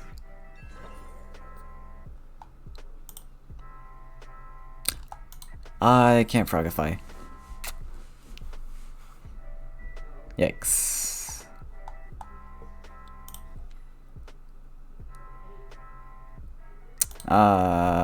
Kind of unfortunate.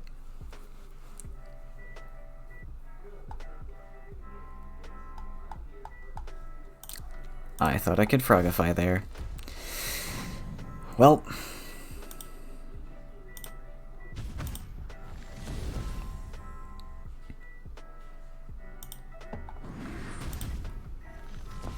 That lines up a clear for him. Maybe I shouldn't have stepped. I don't know.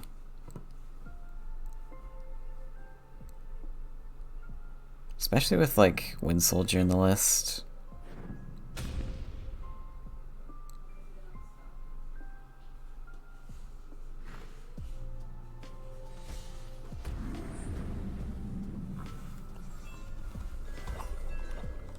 We gotta heal.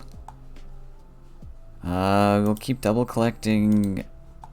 I need to frogify.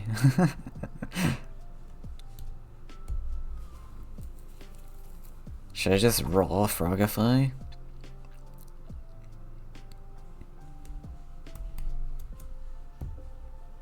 It's also got a clear lined up here.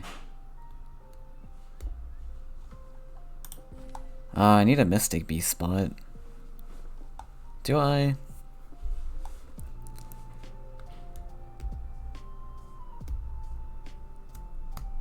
It's another option to kill the Air Alley, but collections are so good.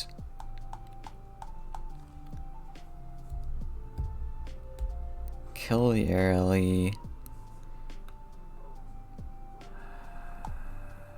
The thing is, he's gonna get a bunch of, like, stuff here, right?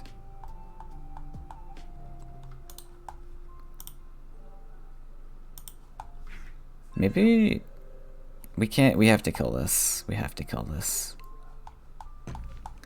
Maybe I Warden actually.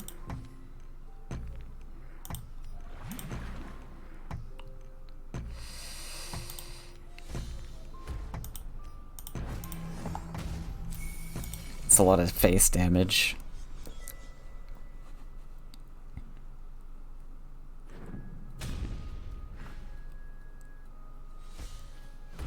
I've got 1 minute left. I have less time than Bamser has. Oh my god.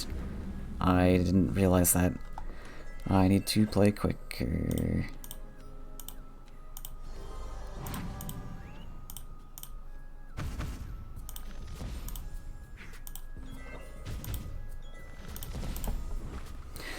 I have 51 seconds. Oh my god.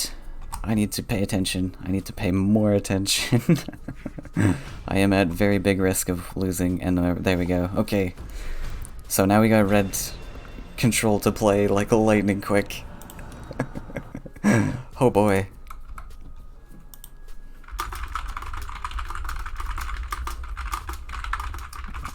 I had meant to play that quickly, and I spent way too much time thinking. Alright. Okay, he wants a break. Alright, I gotta think about how I'm winning this. He's actually a flyers list, not altar. I guess.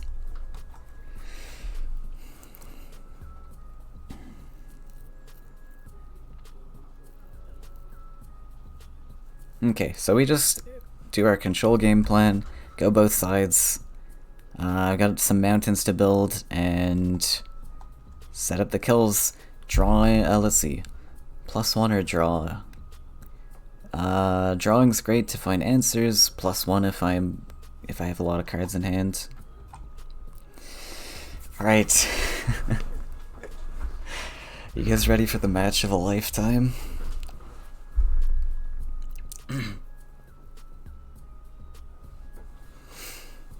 51 seconds on the clock.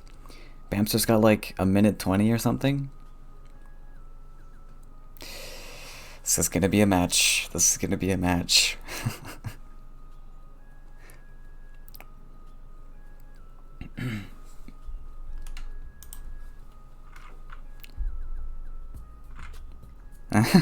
Just by drawing every turn?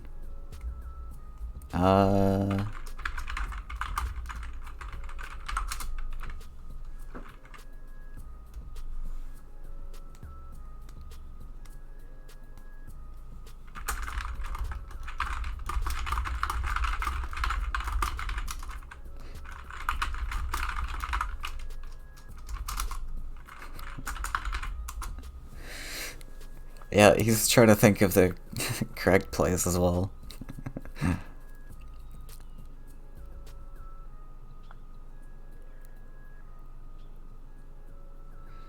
I mean, I'm in the control list, so I can just sit back, I think.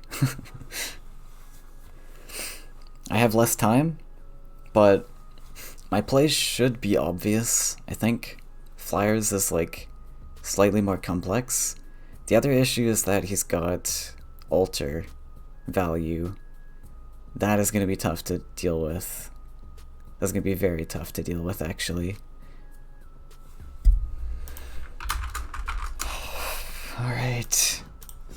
Here we go. So if you're just joining us, we messed up the thing. So this is actually the final match. Bamster and I have both used these lists already. It's gonna be red control versus altar with flyers. Okay, let's go. Let's go. Mulligan, we have free reign. Mulligan is free time, so I can pick my mulligan.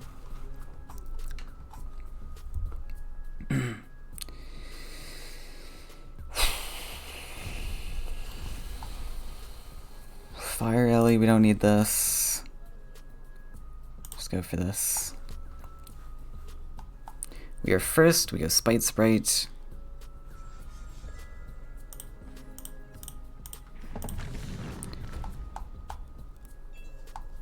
What's my next play? Just Mountain.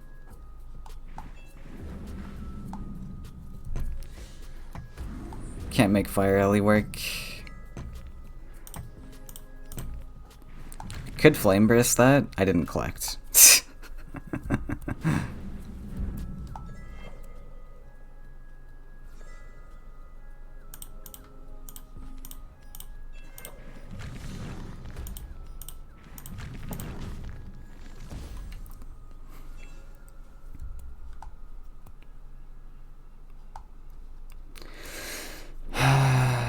Okay, Soul Drained, that's fine.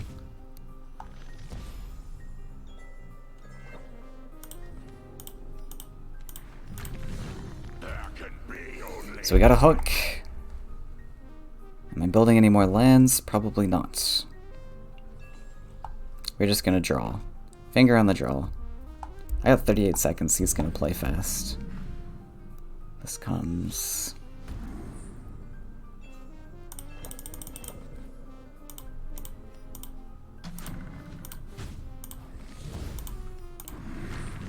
Don't know if that was good or not. Probably not. Vulture.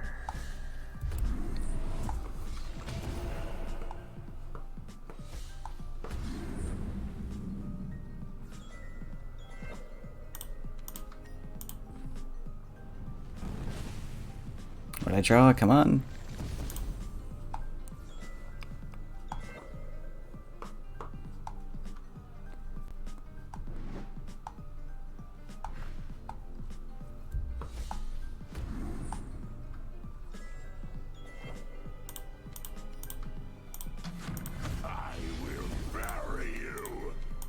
I didn't move?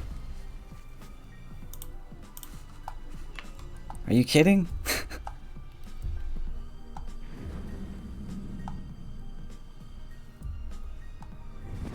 That's so bad. Why didn't I move? Oh my god.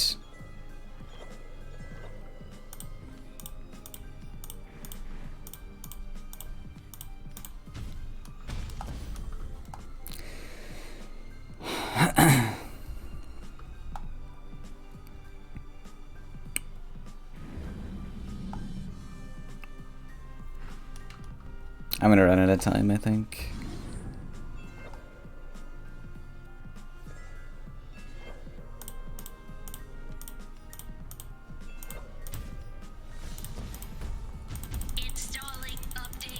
Oh, you got it.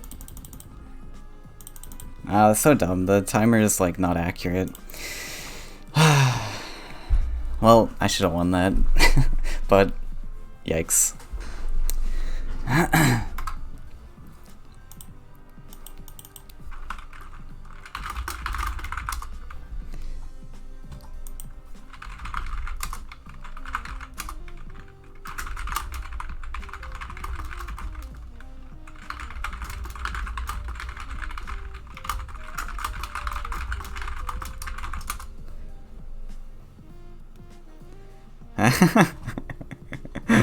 Yeah. Yeah. We both had matches we deserved, I think. But oh well.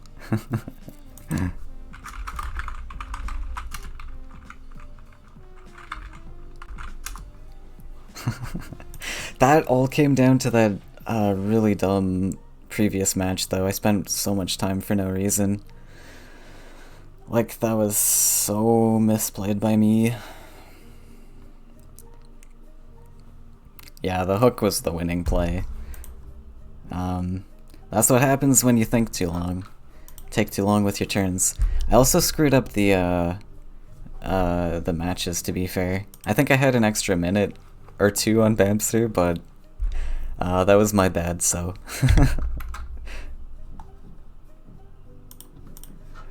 Alright, well, we will stick around and cast the matches, though. The matches that are to come.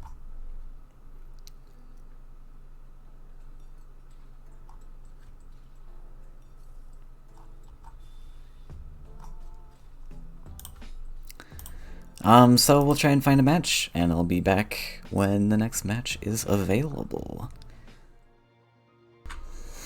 Okay, so we are back. This is the semi-finals. Bamster vs. Zorak.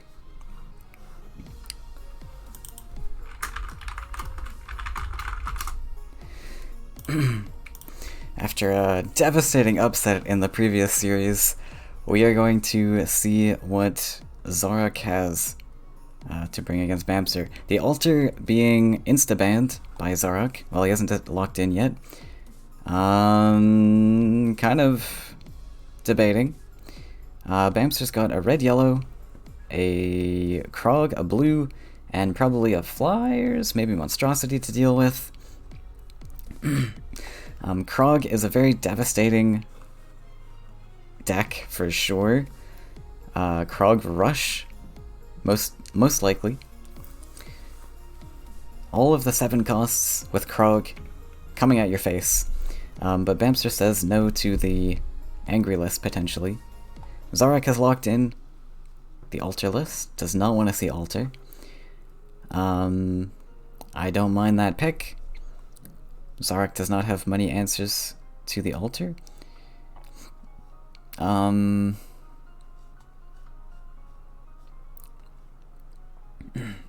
Krog should be pretty decent. This has, so let's see for Bamster.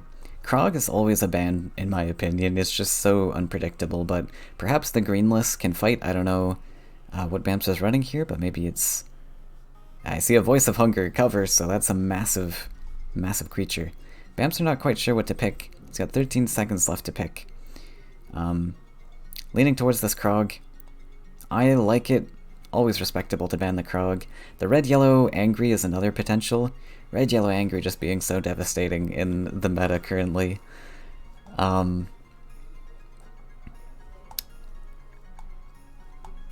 Okay, actually gonna ban the yellow list, also very respectable. A very strong list, whether this is Monstrosity or Flyers, both very strong. And Bamster's gonna lock in the green to fight. Do I agree with that? I'm not sure. It depends on what the green list is, but I think that Bamster needs to think about his counters to that Krog Rush list. And green seems like maybe an answer. I don't know what else Bamster has for it. And Zarek starting with the Angry list. So Angry should be pretty decent into green, but likewise for green. It depends if Bamster also is running Voice of Truth or not, to just murder those Firebringers in one shot. Which I think he might be. So we'll see. This might be a very even matchup.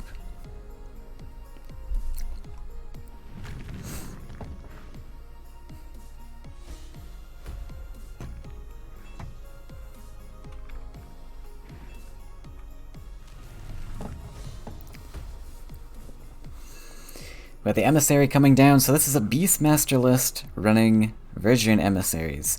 I believe Bamster's running Lamacorn in this list as well, for the extra draw, and also a 5-life creature. And there we see a Voice of Truth. Bamster's nice and safe from the first Firebringer anyways. Dropping down that Beastmaster. Wait, okay, fair enough. Went for the Emissary before Beastmaster, but collections are very important. Definitely. Zarek's got 7 neutrals in this list. Might be wise of Bamster to card count. Ooh, we got the second Beastmaster top deck here. That's huge in this matchup. That's absolutely huge for Bamster here. Getting Beastmaster on second Beastmaster on turn 3 is just gonna stack up this value so much. Now these Virgin Emissaries are 7-life creatures. Oh, I guess you don't need to play it yet. But these are 7-life creatures that can dodge out of range of Thunder Eels. Yeah, and holding onto the Beastmaster is definitely the smart move here. Now you can choose where to invest. You see that your opponent has invested their lands down right side. Now you can put the Beastmaster down left side. We have an Ancient Boar in hand.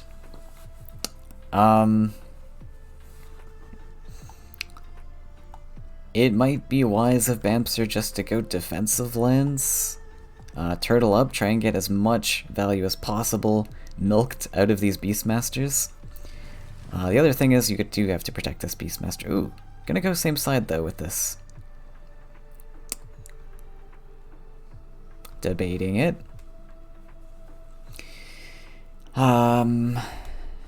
There is still the potential for a Demon Wing to end up on the left side here and creep its way along, killing the Beastmaster if it goes on left side.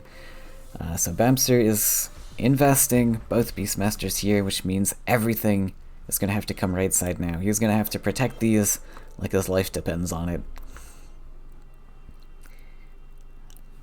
And this 6-7 is a great start. That's definitely a great start. Yeah, Bamster's gonna have to chill out a little bit from that last match. Gonna go in double eel for the Beastmaster. Respectable. That is very expensive though. But respectable. Gonna look...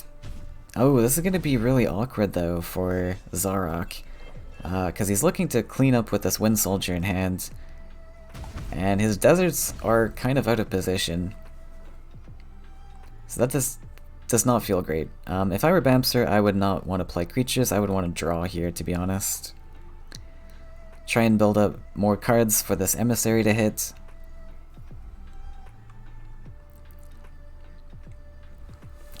But he wants to invest this forest. I don't like the forest here.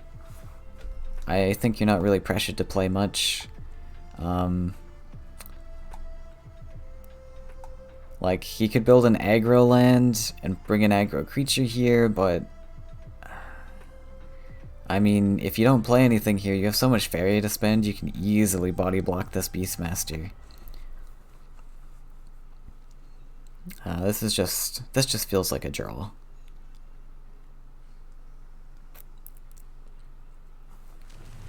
But no, going to invest the Tyrian Golem.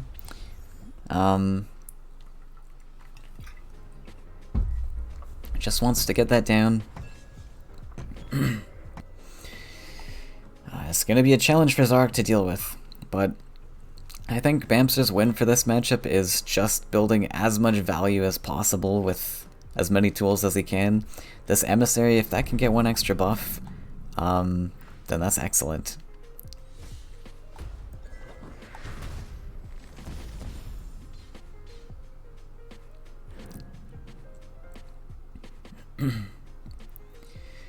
We are going to get only 2 buffs. Kind of a sad Emissary. But, still, we get the 1 Beastmaster buff on the boar, and that is going to play out of range even of that Outland Ranger. Not going to dash the boar, though.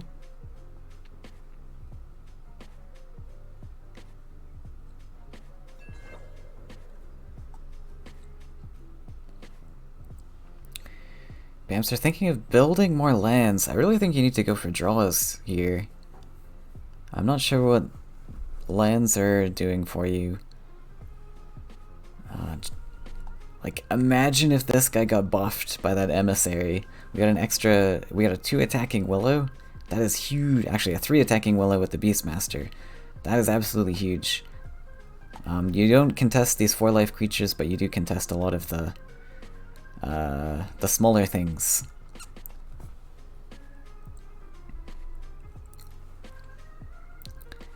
But yes, going for the draw.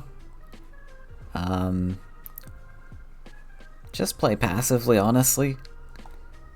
No need to rush this matchup. You've got really, really good value with these emissaries when they die off.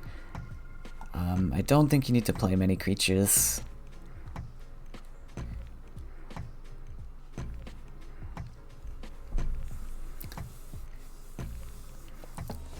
More creatures, okay.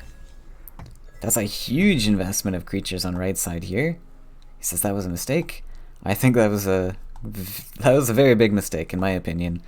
Now, like, Zarek has the option to shift everything to left side. If there was like a Horsemaster in hand or something, you can just shift everything on left side and all of this clutter is here. Zarek can just ignore it. Mono green is very, I don't know if I want to say tricky, but it's... Green creatures are immobile. We have the Oakling as well. Oh my god. I didn't expect to see Oakling and Emissary in the same list. But here we have it. But yeah, with mono green you have to be very careful of where you position your creatures because their mobility is terrible. They have no mobility. So when you invest a creature on one side or another, it's staying there for the rest of the game. It's going to be very slow to move it anywhere. Bamps are playing even more creatures. Step onto this desert here.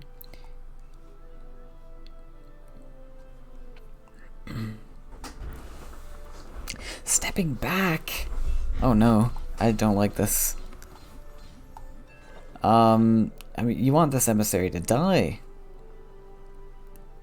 I think this was just set up for a perfect trade. He was afraid of Origin Fanatic, but honestly, I don't think Origin Fanatic is run that much in Angry. I think Horsemaster's the better pick, especially when you see your opponent has 7 neutrals. Okay, we do have Outland Ranger and we do have Imperial Trooper, so maybe there is Fanatic in this list. Maybe Bamster has caught on to that. Actually, Bamster has not seen an Outland Ranger yet. But it looks like here is one. And to turn that into a nasty 5 attacking Demon Wrangler, Demon Wing. Very good answer to mono green, those efficient high attack stat creatures. And yeah, we'll see if Bamster can manage. We had a Dwardia. See, now you have to step into range, and you have to step into like natural range. It's I don't know, man.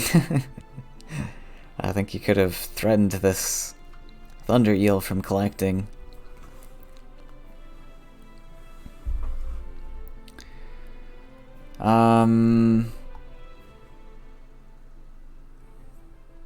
Looking for a double neutral. Wants to take this collection, which would allow the Tyrian Golem to step up in advance. I like it. Can even get that aggressive neutral once you step up. That's pretty sick. I don't know if Bamster's running teleport in this list. Like, not this teleport, but the Grove Keeper. Grove Caller? Grove Keeper? Sagami Grove Keeper. Yes, Grove Caller. Grove Keeper.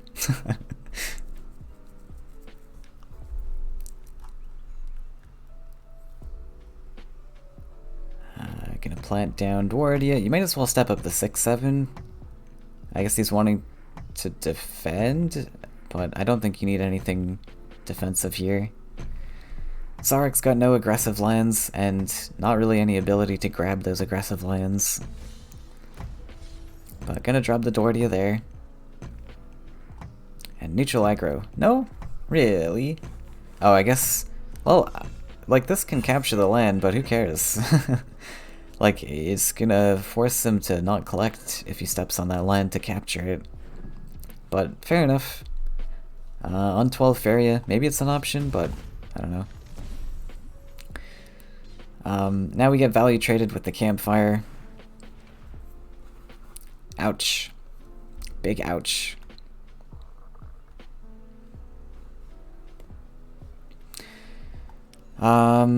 Oaklings... something, I guess? I don't know. We probably go for Stalker. Yeah, Stalker's a much better answer. Can Stalker that Demon Wrangler or the Axe Grinder. This might get Demon Wrangled. You're gonna see a Thunder Eel. Clean up that boar. Now if we're looking from Zarek's perspective, he's going to need an in for his Firebringers to hit. And this double neutral, I like it. This is going to guarantee almost an aggressive land at some point. Let's get crazy.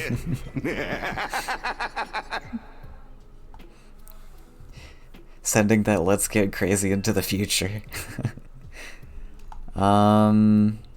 Yeah, I think Stalker's a pretty perfect answer for this side. Just clean up anything, doesn't really matter what it hits into. This is going to be a 4... Oh, this is actually a 4-life creature, a 4-attack creature. That could actually matter. I guess you can hit into the Demon Wing. I don't mind that at all. Value trade the Demon Wing? That's a dead... Like, Demon Wing is super devastating against this mono green, so... Hit into that Demon Wing. Do it. Yes. Very good. I am a little sad that this board didn't move up last time. Cause now we're kinda awkward here. We gotta slow down a little bit.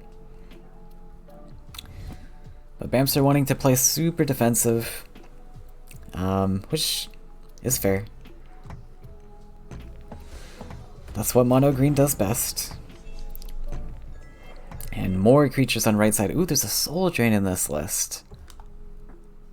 Very clean answer. Very, very clean answer. Now we can get an even more aggressive mountain.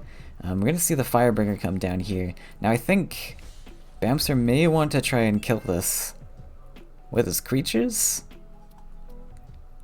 I'm not sure. That is debatable. Saving the Voice of Truth for the next... well, we got 2 now, so... we'll see what he does. I think it's worth it just to voice this. Now that we've drawn the second one, we're safe. Don't have to worry about the next one. Zarak's actually built 6 lands here. Lots of land investment, plus the double neutrals. So Bamster's definitely ahead on land counts. Just the positioning is a little awkward for now. Could even just body block with a voice. Like, drop that 1/5. It's a perfect clean answer to this Thunder Eel. Even gets the Beastmaster buff, so Campfire can't buff this at a range. I like it. Solid. And that just taking out the Firebringer in one swing, because Firebringer's original attack in life is 0 life. And we're just going to build up some more stats. This Dwardia is a very good answer to future Firebringers as well. That boar are gonna take his place. Just gonna step back and forth.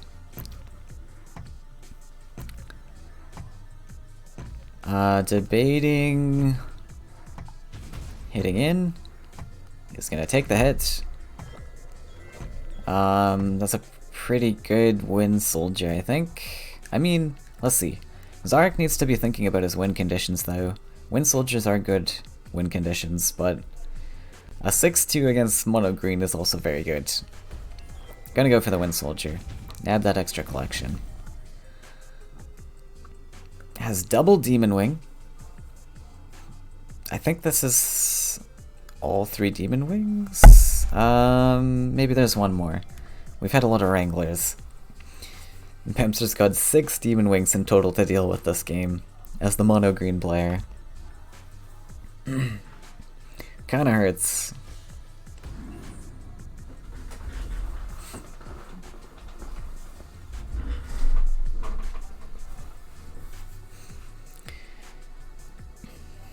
Demon Wing comes down in the back.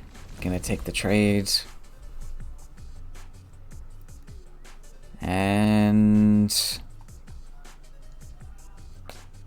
not much else to do. We're gonna pass.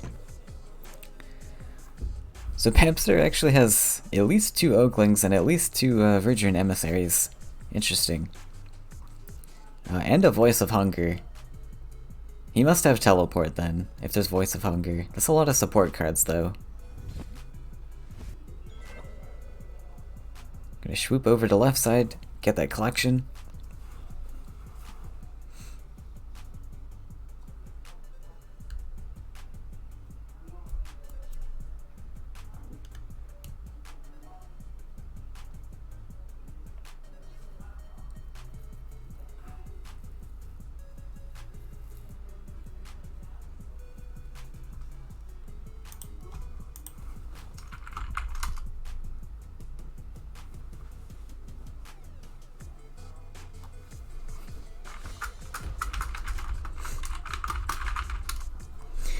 We top deck the Eridan. Still fairly early on. I mean, we're halfway through the deck, but Eridan can claim a lot of value here. Assuming he dies. And investing on right side's pretty fine. That's where a lot of the action's happening. And there's a nasty 10-10 over here. I don't know if Zarak will be very inclined to play into this. But no! He has no fear. He's gonna step that 2-1 into the 10-10. He is not gonna be bullied.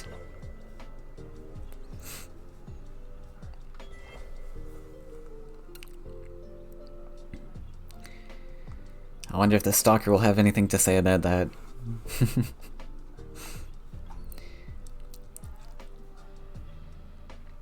Yeah, on the other hand, now that this 3-3 is invested in right side, I think Zarok does want to invest everything on left. I mean, it's pretty obvious that the Dwardia is covering everywhere anyways, so that march on left, very respectable. Now imagine Bamster top decks a Voice of Hunger next turn. I think he might be thinking about it and he wants to drop that aggro forest.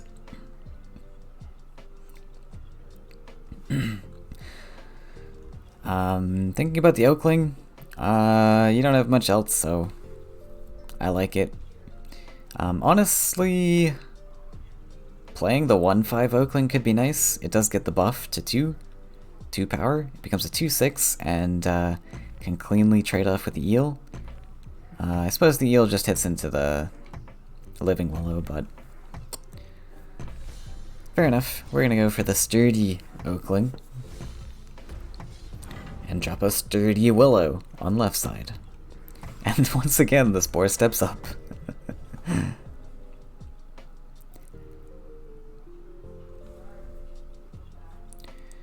Found the Horsemaster. Okay, so there's Horsemaster. So with the 7 neutrals, something is not 3 of then. Perhaps there's like 2 Horsemaster,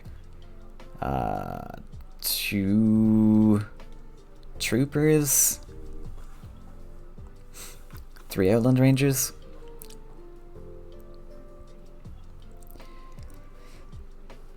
So Sorog's got quite a lot to fight through here. He's in a tricky position.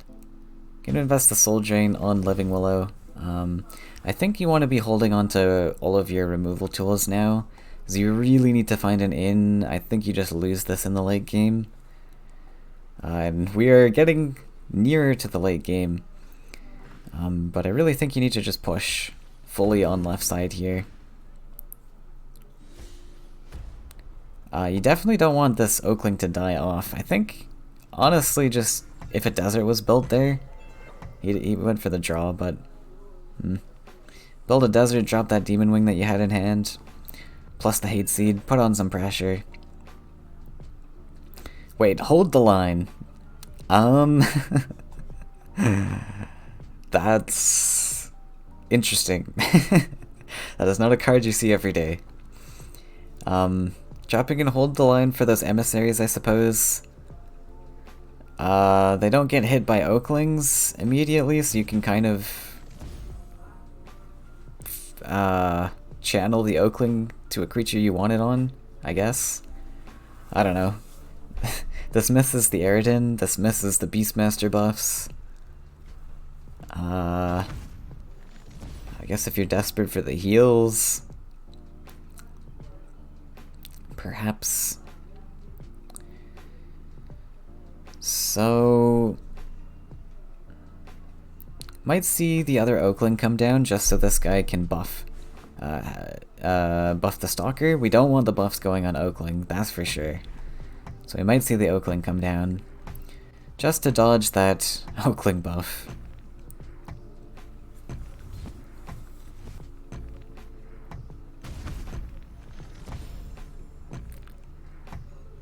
And I think this is the Oakling.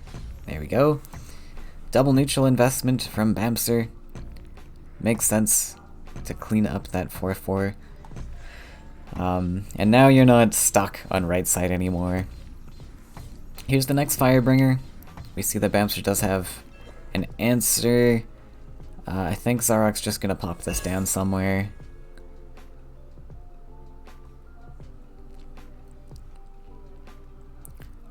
Because it makes sense. We want to put on the pressure.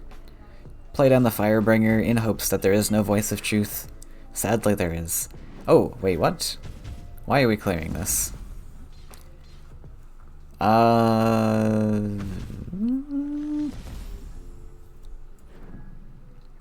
Taking out the Eridan willingly. I'm not sure about that. You get the double collection, but I don't think you really care. You've got 10 Faeria.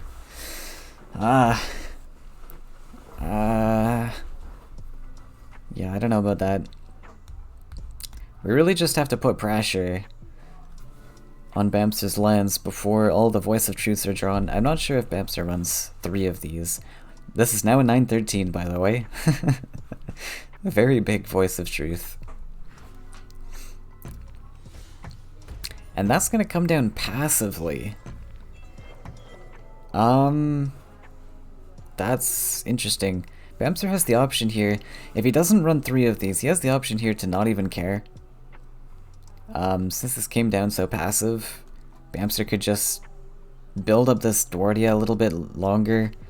Drop some hold the lines, I guess. And there's no real way that red-yellow has to maneuver this to face right away. We've got Horsemaster. Origin Frenetic's an option, but I doubt that Zarak runs that when you've got Horsemaster. So it's going to be very tricky to actually get this guy into face. And I think that is what Bamster is planning here. He's just going to play things passively. Doesn't need to care about this Firebringer right now. We're just going to try to kill it naturally and save this for the 3rd Firebringer, and that pretty much guarantees you a win in this matchup.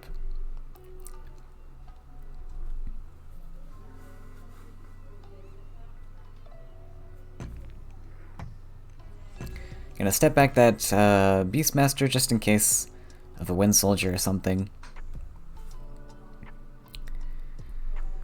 Zarak's got an Iona. Not really that helpful. Got an Axe Grinder that we drew into. This is gonna be pretty rough. I don't see a win anymore for Zarak. I mean, it was pretty rough already with the 2nd voice already in hand. And this Dwardia building up massive stats.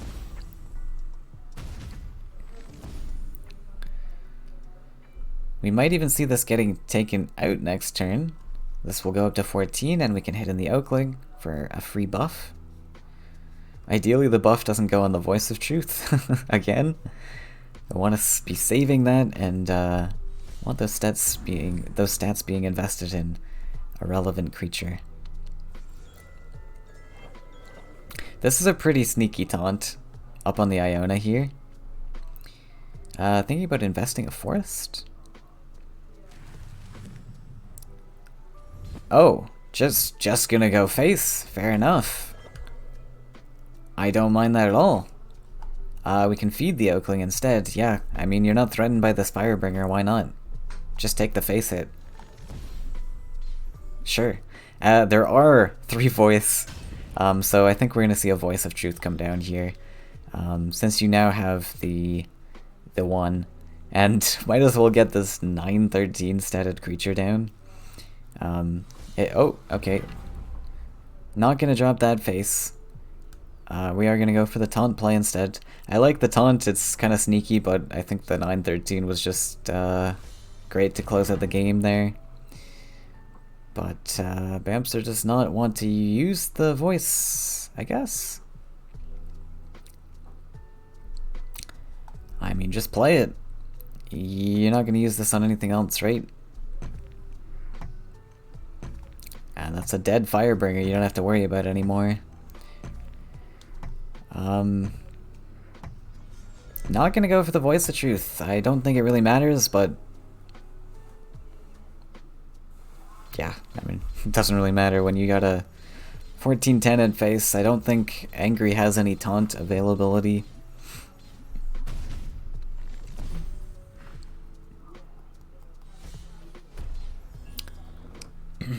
But he's gonna drop the Firebringer in spite. No, never mind.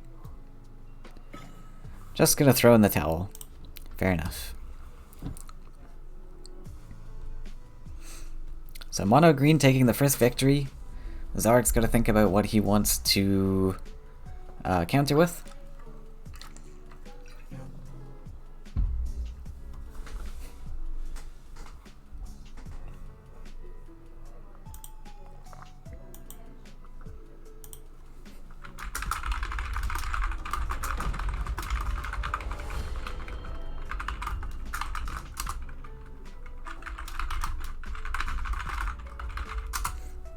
I missed what he picked. Whoops.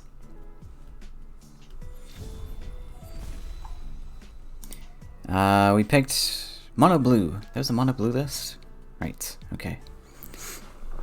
Makes sense as the counter then.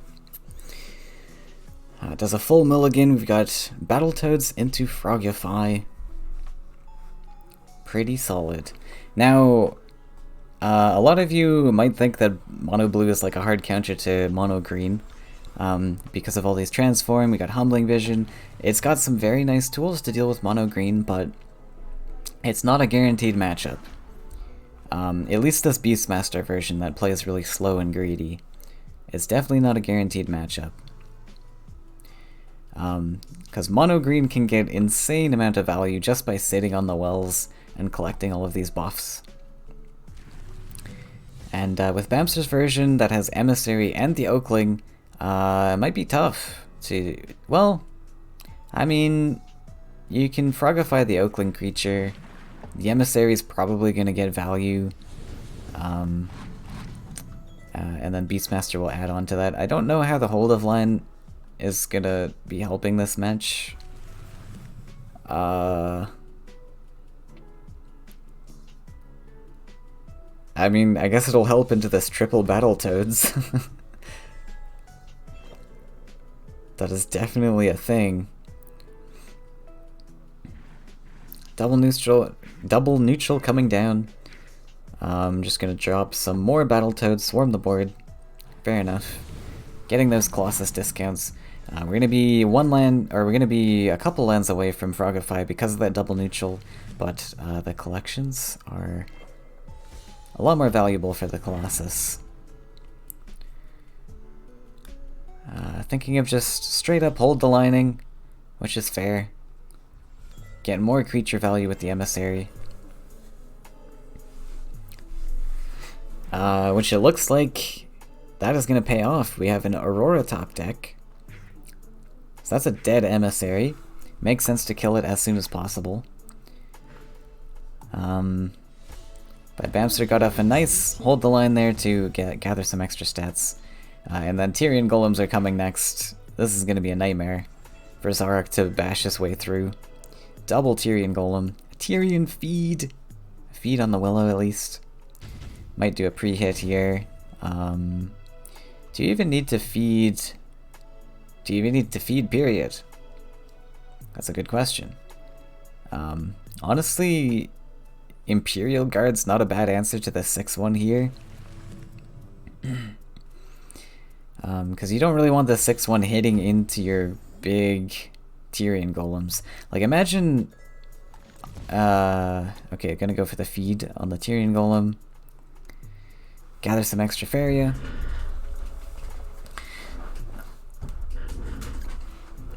Found a Deepwood Stalker. So we can take out a little Toad, which isn't too bad. Can take out the back Toad here, forces the other 2/2 to go back and collect, so we only have the 6-1 to deal with. It is going to be the guard.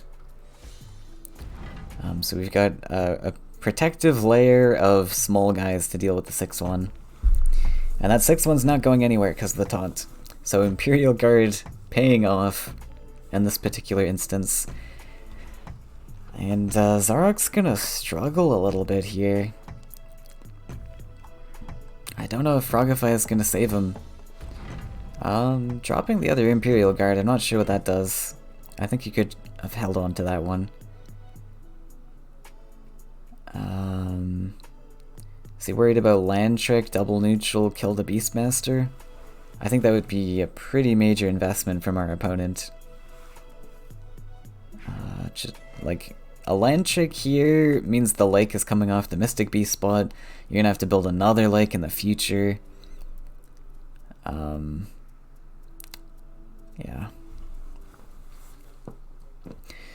So this sad little 6-1's gonna have to hit into the Imperial Guard, hold the line, getting actual value. Now we got a Mystic Beast option or a Colossus. Gonna invest the 4th lake, fair enough. And we're gonna go for Mystic Beast. And that seems quite fair. Bamster does not have the numbers on board to deal with it, and typically in Beastmaster you're not gonna see many hand buffs. So all the stats on board are the stats you see. There's not a lot to play around in a Beastmaster list. Open information, essentially.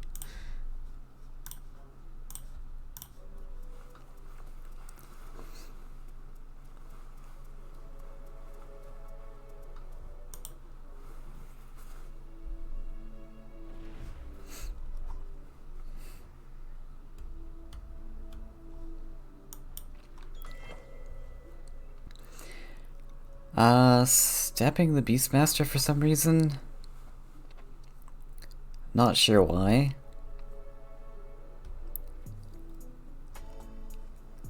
I really don't know what that does. Like Ninja Toad into Aurora's creation? Play around? I guess command can happen. You need a Sunken Tower though. He has to have Sunken Tower and command and Ninja Toad to kill this Beastmaster. I think you want to just stay here so that you have the option to step back next turn.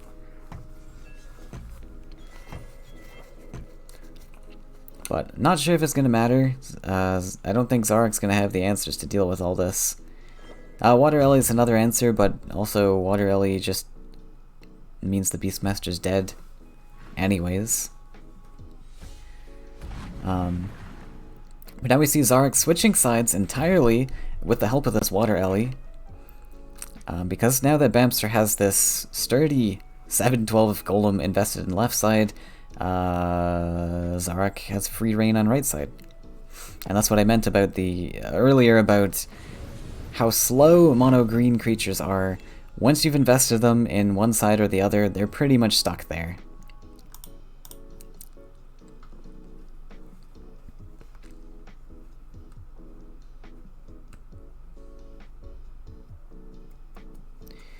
And now, because Bamster stepped back this Ancient Beastmaster, he doesn't particularly want to step in and collect, unless we're going to go for Hold the Line with extra lands. Bamster's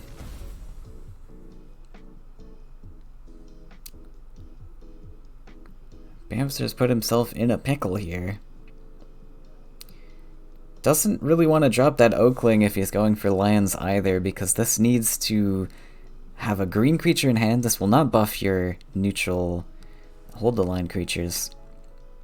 You need a forest creature in hand. He's thinking about the double neutrals though. Yeah, I'm not sure what this neutral was. That was kind of strange, especially against jumpers, which can actually use this land. Gonna go for the draw. Finds a Beastmaster. Not really what you're looking for here. He's just gonna go Hold the Line, and that's a dead Beastmaster. I think Zarek's monopolizing really well on Bamster's investments into this board. Many taunts.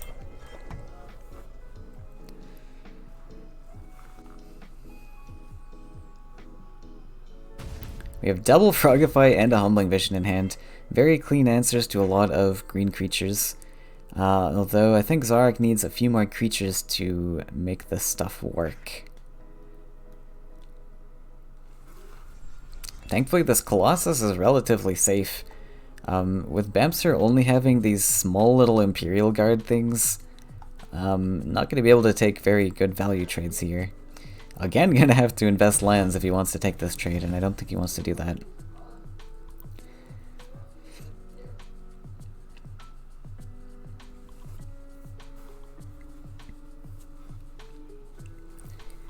Found a Stalker. That's a great answer to the left side collection here. Cutting off blue from their collections is the key for Bamster to winning this game. And Zarek's key is trying to force investment from Bamster in one side or the other. and then coming down one side. Because you do have all these great answers. You've got 2 Frogifies, Humbling Visions, but you don't want to invest all of this all at once. Because as soon as you do that, then green can just keep slapping down more and more big boys. So Zarek's got to set something up for himself, rather than just throwing these cards away. And I think that those were some very nice traits. We got a Ninja Toad in hand. It's not bad to take out this 2-3 because this is threatening the Colossus now. And keeping a 7-1 on board is pretty good against mono green. There's not a lot that mono green can play to counter this. Like even Living Willow in this position can't counter this unless an Ancient Beastmaster comes down first. I honestly would have liked the Ninja Toad play there. Saves the Colossus stats.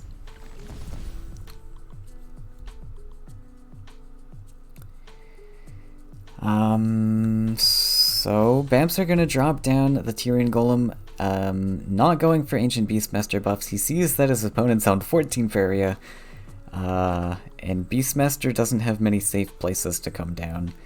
A big 7-7 Colossus can come down and threaten the life of the Beastmasters, so I don't mind the Tyrian Golem play here, even though you're losing out on a lot of value.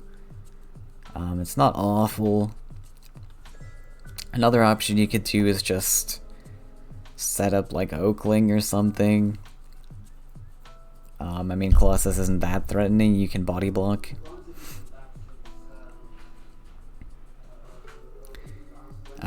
Sunken Tower? What's this?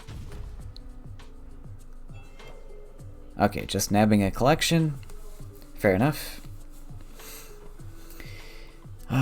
Debating a Frogify, but could go for it. Frogify plus... Oh, what? Oh, I don't like this. Oh no, I don't like that at all. That was such an expensive clear. I liked just slapping down the 4-4, I think. But Ninja Toad into that 2-2, that was 8 Faeria removal on that Tyrian Golem. That's a little bit too much in my opinion. And now we're gonna get the Oakling feed. Gonna hit that Beastmaster. That's big. That was very big. And I think we're just gonna see this get slapped down right side? Maybe? This plays into Humbling Vision, kind of, but this will become a 4-4 with Humbling Vision. Trades evenly with the 4-4, so it's not that bad.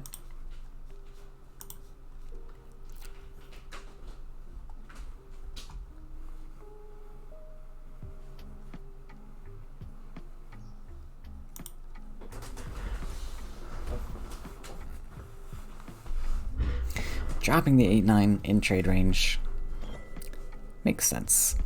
I think Zarek wants to go for Humbling Vision here anyways. Using that tower once again to collect, so currently this tower is paid for itself. Going for the Frogify. See, I don't really like the Frogify, but I guess it puts more pressure with the 4-2 on board. Yeah, fair enough. Okay, I have been swayed. Frogify's okay here. Keeping the creature on board is pretty nice. You kind of do have to go for tempo plays to defeat this now. Bamster's on one side collection with 6 Faeria. So keeping the tempo pressure is pretty nice. He's not going to get any massive statted creatures this turn, probably. He can still go for another Oakling feed, but Zarek has already seen 1 feed and 1 Oakling, so it's unlikely that Bamster's going to have that again in hand immediately. We are down to 12 cards. Not too unlikely. And Bamster doesn't have a lot of options here. Just going to go for the Stalker plus a Beastmaster. Maybe. but he says that was a mistake. I didn't mind the 2-3 like body blocking. I'm not sure why it needs to be passive.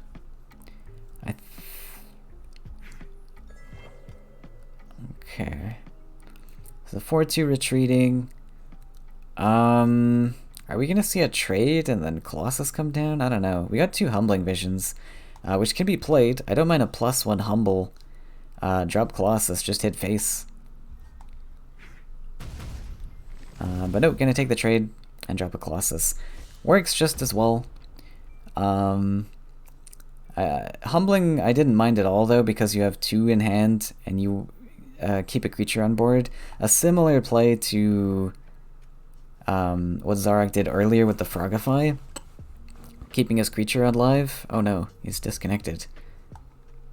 Okay, he's back. But let's see, Humble would have put that to 3 attack. Yeah, Bamster did not have the cleanup tools to answer that 6/6 on board. Bamster now got Ancient Boar. Man, this is such a clunky list with the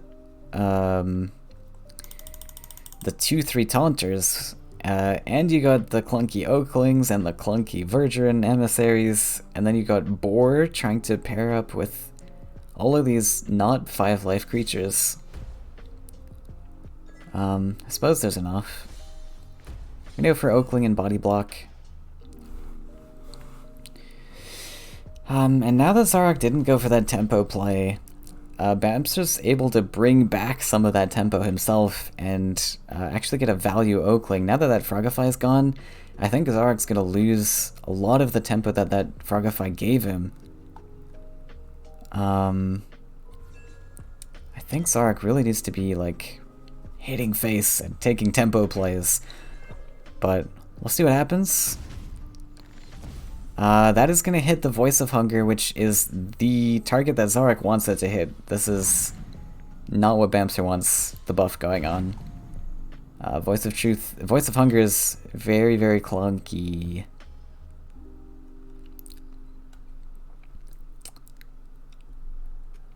Not a lot of options here for Bamster. It's pretty much just Voice of Hunger, and I hate it. Not gonna go Voice of Hunger? Wait, what's happening? He says that was a mistake. I think he's realized that this Beastmaster's getting eaten. Yeah, I mean, the play that I thought was coming was just Voice of Hunger on right side, eat up the Stalker for extra stats. Actually, you don't even need to eat the Stalker. That's already an 8/10. Just gonna play it as is, not gonna eat anything. Fair enough. Keep the creatures on board. I mean, fair. Now you lose the Beastmaster anyways and get a value trade here. Yeah, Bamster threw that turn hard. And now Zarak's just gonna come back, I think. Please don't double humble that. Whatever you do.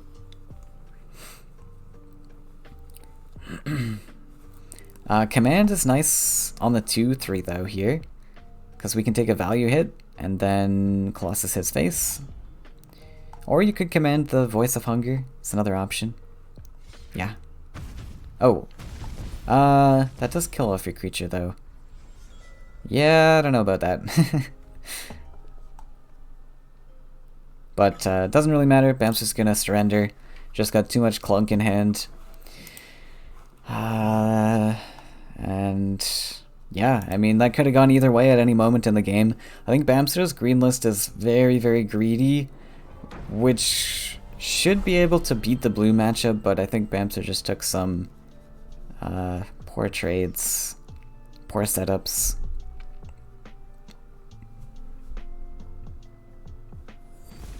And honestly, the what's the card called? The 2-3s. The Hold the Line. I mean, I don't like the 2-3s. They're pretty awful value.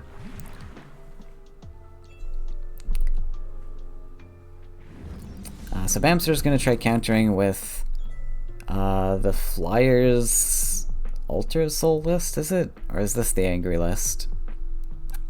Wasn't paying attention again. Flyers is generally pretty good against the style mono blue with the Triton Warriors. Oh, it's the Angry list? Okay. Or was that one banned? I haven't been paying attention to the picks.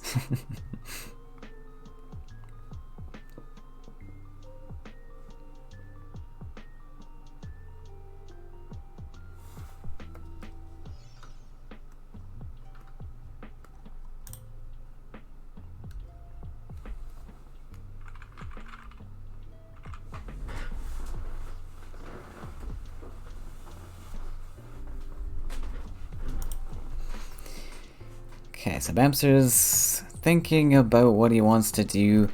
These Manta Riders are very clunky in Red, Yellow, Angry. I am not a fan. Just because you have to offset your land count so much, and against tempo, it's gonna hurt a lot more. We're just gonna go for Demon Wrangler. He says that was a mistake. I don't know what you wanted to do, but seemed fine enough. Demon Wrangler sacking the Demon Wing to produce another Demon Wing is relevant because of Angry pings. And for those of you who don't know, Angry just means higher attack than life. So it pairs with Firebringer and Hate Seed. Battletoad's gonna come in range. I think Bamster's fine to take that trade. We might see a Deathwish School on left side. Manta Rider? Oh, if he goes I mean, he built the third desert. He's gonna get punished hard for this.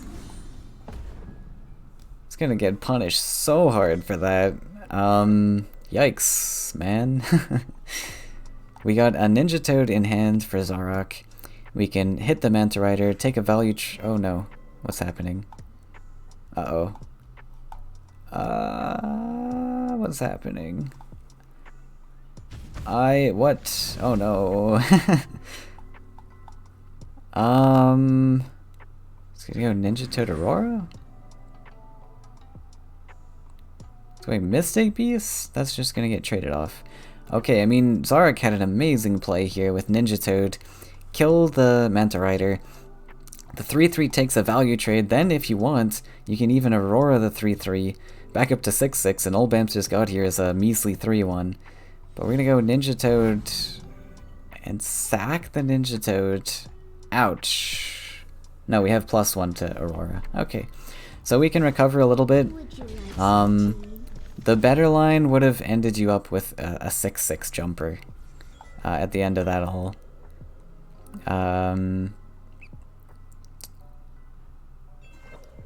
So Zarok taking a little less value than I would have liked, but Bamster's got nothing in hand. Because he had to build a third desert for the Manta Rider, now he's 2 turns off of Thunder Eel. Zarok should be able to monopolize on that. We have 2 very strong tempo cards in hand here that are guaranteed to come down next turn. One or the other. And Bamster's looking at his hand like, what have I done with my life? I've built too many deserts. Oh no. What have I done to myself?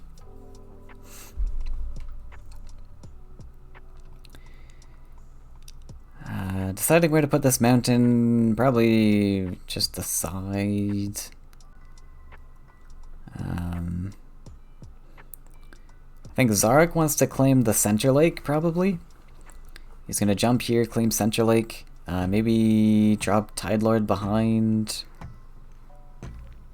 Wait, how much? Yeah, you have 5 next turn, so Tide Lord's a pretty good pick. Mountain here? What does this do? Interesting.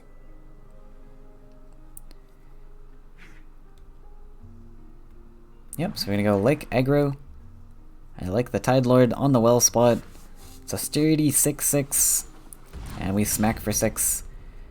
And Bamster's in trouble. I think that early play really set him back far. We do have Altar of Souls, but what's that gonna do?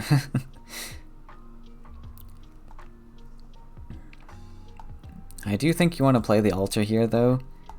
Could go for Gary, but I think he's debating it. Gary center. Let's see. I guess Gary's not awful. We do take out the back collection. Take out all this aggression. Fair enough. Let's go Gary. I don't mind it. The other option is Thunder Eel Altar, which clears this. Oh, I guess we clear this. Yeah, fair enough. I guess we do have to go Gary. Otherwise the 6-1 gets put in range of the 2-2. We're gonna Gary on the well. I don't know about that. Oh, okay, we're gonna block with the structure. Fair enough. Oh no, we're not. Okay, I don't like that. Well, I don't know. Maybe. Just Gary is like kind of out of position, but I guess you do want this mountain on this side. Fair enough. It is kind of difficult to deal with for Zarok. He needs Ninja Toad specifically, and we saw one Ninja Toad already, so fair enough. I didn't mind the structure block. Maybe that was bad. Yeah, we get rid of the structure. But also, you're not even going to use the structure, right? Like, you're on 8 life now with 0 healing in the deck. I honestly really don't understand the altar. With 0 healing also. Like, it's just makes your land super clunky with 3 deserts. And then you got no healing, so you're only going to get so many 6-1s out of this. It's probably not even worth it. You're probably going to be spending, like...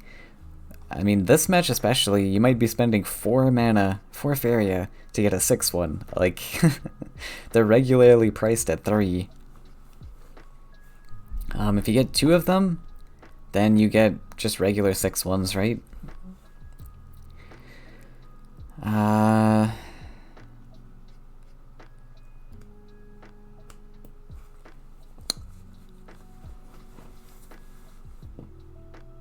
It's debating the altar. I mean, Thunder Eel's bad into this too, so it just kind of sucks. I think you just draw here. I don't think you want to build lands. Just draw for something better to play. I mean, you should have plenty to play, right? No, it's a Demon Wrangler. Gotta go for the altar. Okay. You can drop Demon Wrangler as well. Just go Shadow plus Demon Wrangler.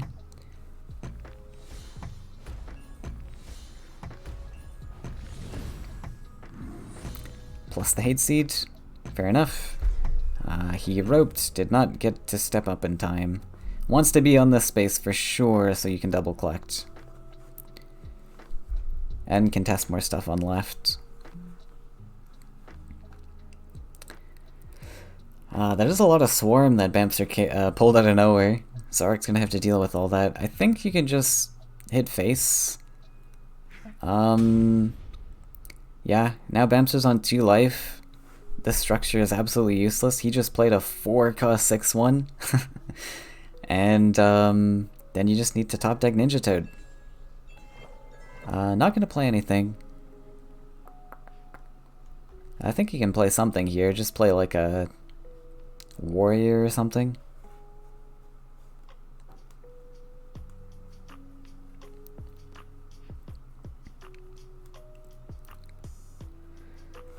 It's pretty much top deck Ninja Toad now, but Zark's gonna have to defend off all of Bamster's stuff. Bamster considering a double neutral to get an aggressive Firebringer. Oh, what? Okay.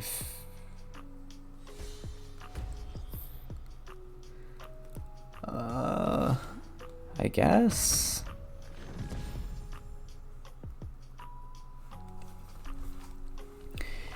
So the double neutral is just to stop land tricks, which I guess is fair. He's just gonna turtle.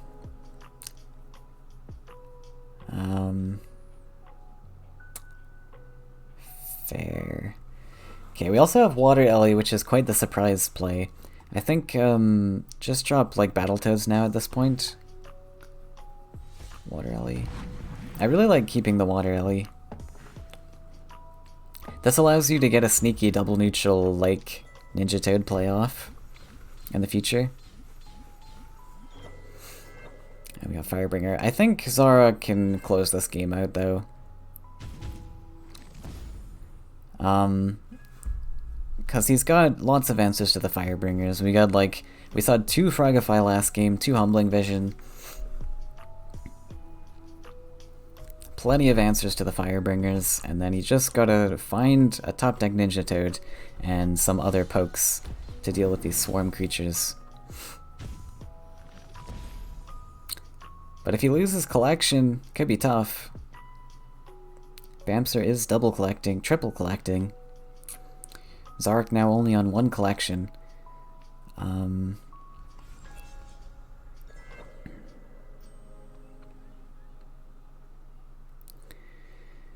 Yeah, this is just Battletoads. You need to deal with the swarm at your at his face so that you open up that Ninja Toad clear. I really liked the Battletoads last turn to set that up, but we can go Battletoads here.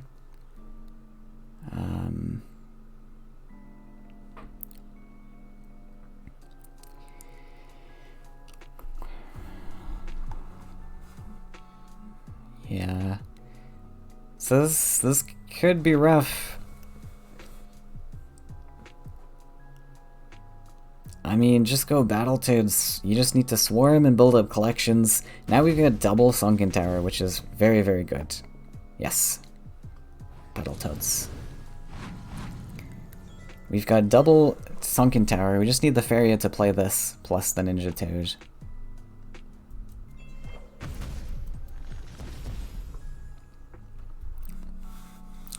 And I think Bamser probably just wants to slam face. Possibly drop a tempo Firebringer. Let's see, what kills him here? Like, I don't think you play around double tower when you're this low. You kind of need to push face.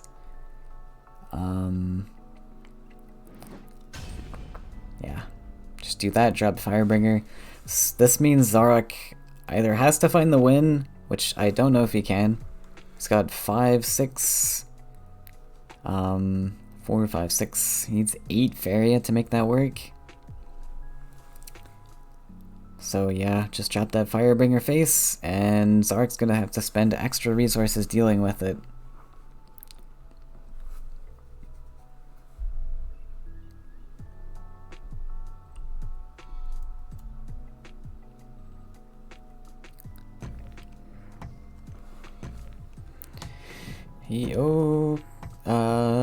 Going Thunder Eel instead.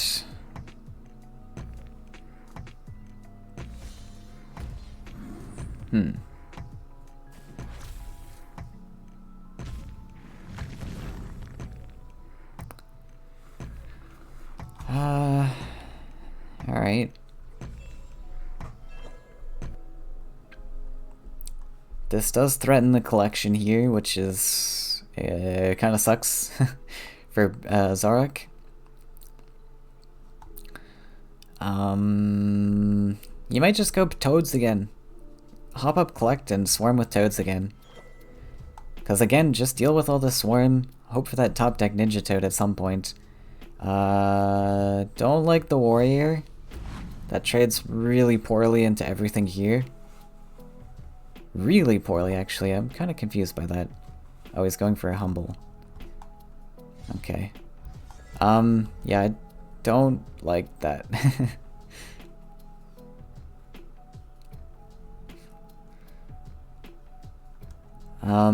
Like you're kind of showing your hand here by doing this. Bamser sees on board what that Humble was meant for, and now he can just do whatever he wants to prevent that. He can step back.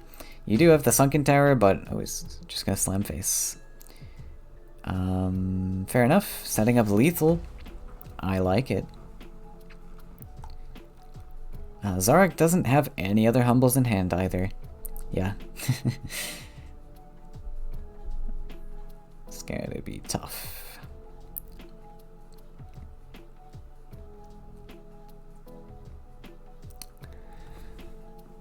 I think Zarek now has to hope that Bamster just accidentally clicks on the altar.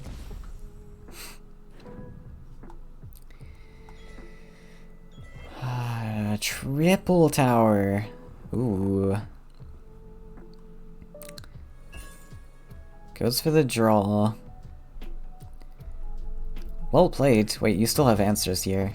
Don't well play. What? You can double sunken this away. Oh no. Zarek throwing him an easy ball. Bamster's on 5 minutes. I think it was well worth your time to double sunken tower that. Put pressure on Bamster's clock. Because he's on 5 minutes and he has to win. Well, he's got to get through what? 2 more games? Yeah, 2 more games. As we saw in my matches, 2 games on 5 minutes is a little rough.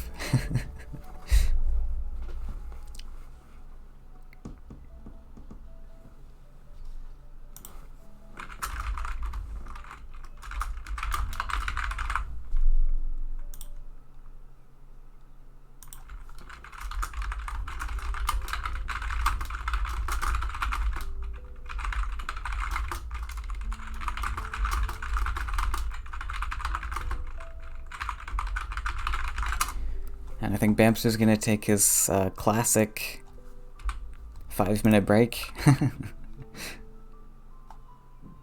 Small break, he says.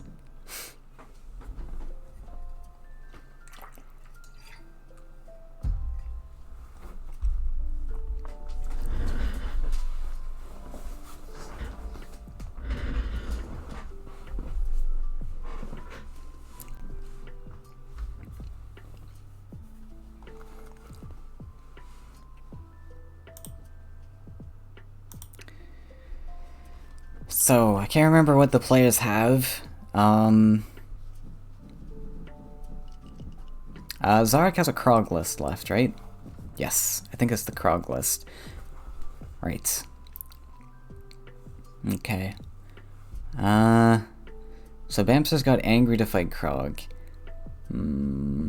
Could do okay. I'm just really concerned about Bamster's clunky lands. But the angry statted creatures can do okay. Just kind of depends on what the Krog player draws. It's a very, very high rolly deck.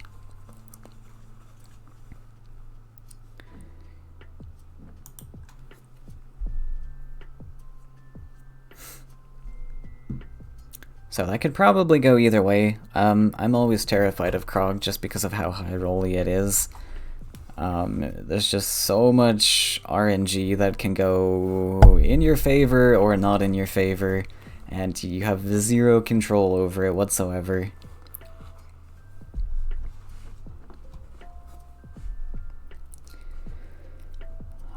But I think Zarek has a much better chance against this list than typical Angry, just because of the clunk. Like, we got just the triple desert, man. That's just so much to build towards.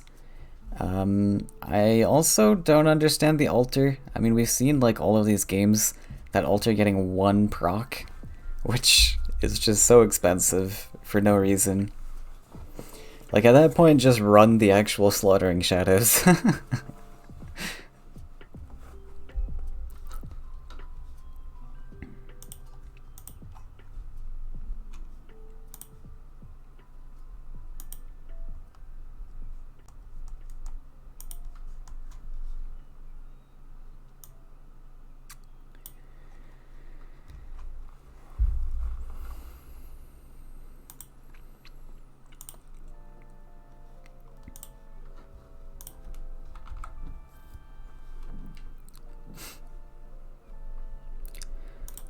I think we need to, like, give Bamster, like, a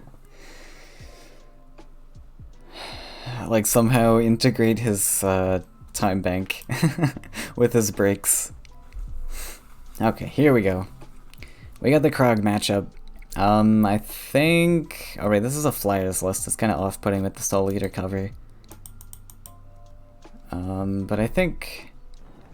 Yeah, we'll see. Bamster's got some lists that could typically beat Krog, but then he's kind of watered them down with some really clunky cards. So I think he's gonna... I mean, we're in for a treat. They're gonna be a lot more interesting matchups than they normally would be, I think. We got a dinner in hand for Zarok. Excellent start. Pretty much just want that Krog. And yeah, actually, I think Bamster might get swept here. Now that I think about it, he's got like not many options. If Zarok can manage to start with Krog every game, Bamster's got 0 transform. This double collector's gonna help a lot though. But on the other hand, we got a Garrotin in hand. That's icky. And more Klug to draw into in the future. Yikes. So for those who don't know how this works, it's pretty much just 5 mountains straight down the center, slap a Krog at face, and try and hit face as many times with that Krog, with those Krog discounts. And Krog discounts a random card in your hand by 7 every time he combats. So that's what we're gonna see. This Krog's dinner makes Krog cost 8. Ooh, we can go diamond shape here. Please go diamond. Please go diamond. Okay. Fine, we'll get the collection. We'll be boring, but that just puts Krog one step closer to our face. And I think Zarok's more than happy to do that. Here he come, and Krog's dinner draws Krog from your deck. Insane. 8 cost Krog. And yeah, I see no reason just to slap the Krog and pass. Not much else to do. Bamster's gonna have a tough time dealing with this. At the very minimum, there's gonna be 3 combats into this Krog. And he's gonna block face, but Krog don't care. Krog just want to party.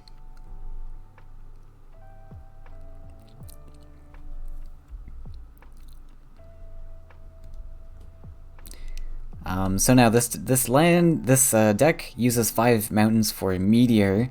There's no Meteors in hand currently, so I wouldn't be surprised if Zarok just does something else with his power wheel, but it is kind of nice to claim that aggro land.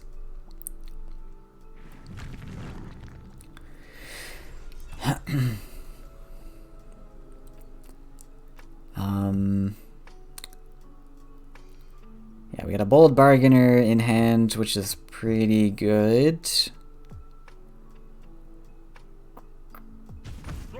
I'm gonna take the hit. It hits Hellfire. That's an excellent hit. Just let the Hellfire rip here. Oh, fair. Yep, Grand Shaker first. I like it. On the Hellfire, and that's gonna be GG. Yeah, I think Bamster's in trouble. I think he's in a lot of trouble. I think you should actually surrender and move on to the next match, because you got 3 minutes time bank to win this. And I really don't think there's any coming back from this. You get a healthy Krog at your face, and this Ground Shaker. He's getting 2 more combats at least. That was a mistake.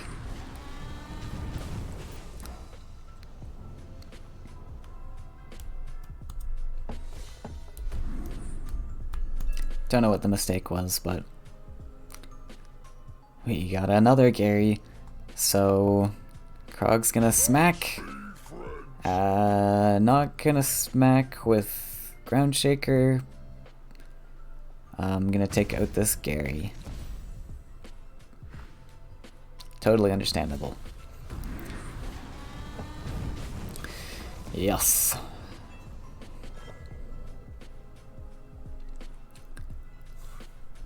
What's this Firebringer at? A measly 5-3, and there's the surrender.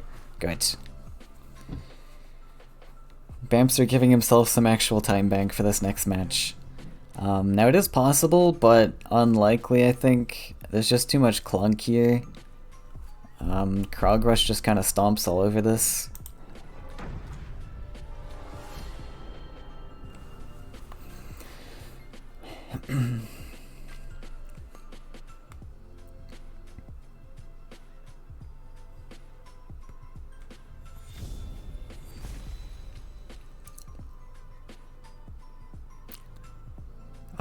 We have a shield mates. What is this list?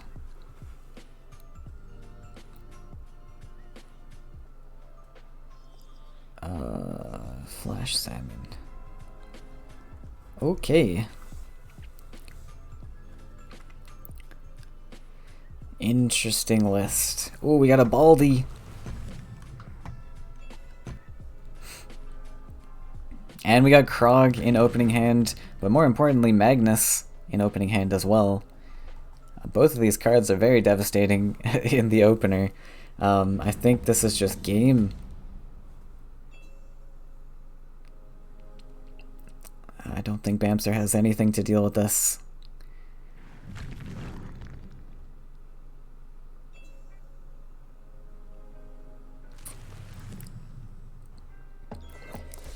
And I think you actually go Magnus here just to bring down a discounting card one turn earlier. That is what we're gonna see. Big. We do have Ghost Dragon in this list.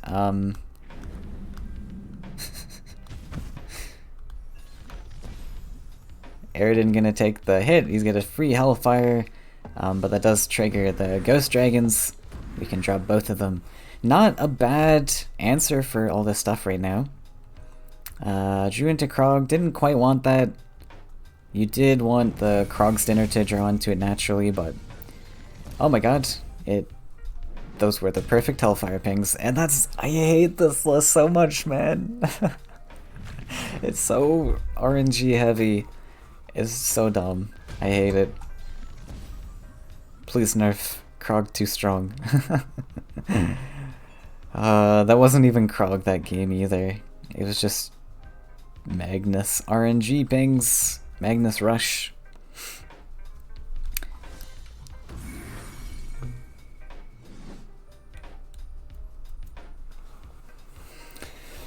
Yep, and I think Bamster losing that series solely from the ban phase. He was confident that he could beat Krog Rush, and there was just no counters for it. Pretty much the only counters to Krog Rush is tempo stuff. Blue jump especially is probably a hard counter, just because you have those tempo options and the Frogifies and such to deal with Krog, but there is no fighting Krog on your home turf. You have to go for your opponent's face, and they're slow enough that they're building 5 mountains that you should be able to sneak something in with tempo, but again, the RNG can play so heavily in your opponent's favor sometimes. Just those Hellfire pings. Brutal. Alright. We are ready to go. Let's get things started. This is the finals of the Ruunin Open #1. Zarak vs Super Blizzard. And we got some spicy deck covers here. We got a Voice of Truth deck cover. That is very interesting. Usually you want to hide as much information as possible. Blizzard having no fear, and also auto-locking the Krog. I like it. Krog is just way too difficult to deal with, and I don't think Blizzard has any answers to it in his lineup.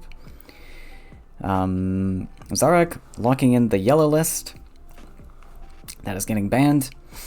I believe Blizzard was playing with this, with like court gestures and stuff. I'm not sure if that is the list or not. I do know... Oh, what is this list? I thought this would be like Carassius, but there are no deserts. So we're going to go Angry up against Lizard's list with training. We had, what, 13? There's 3 crossover cards in this? And 1 neutral. Perhaps Eel.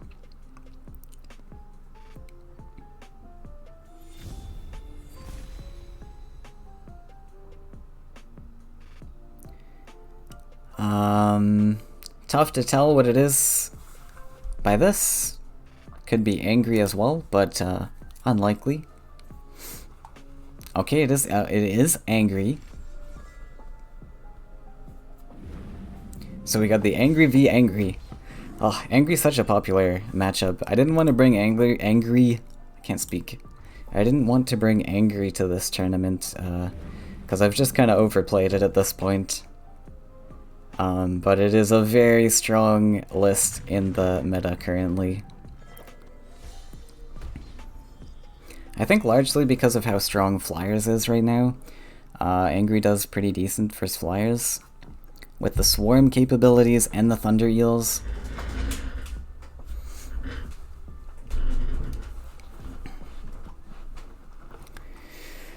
And Zarak starting off with double collection.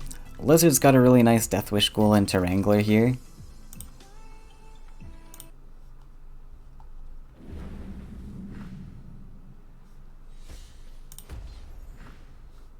Just gotta decide which side he wants to push everything.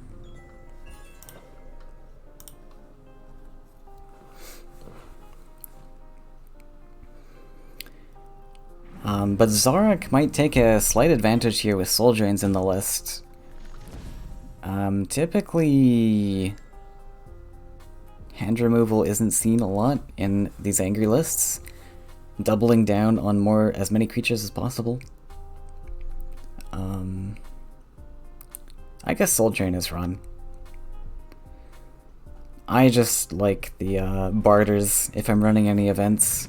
Make it barter proof.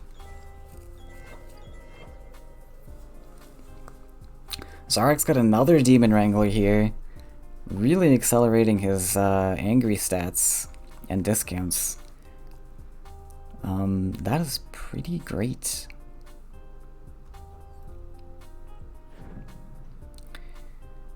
We're gonna step between wells, double neutral.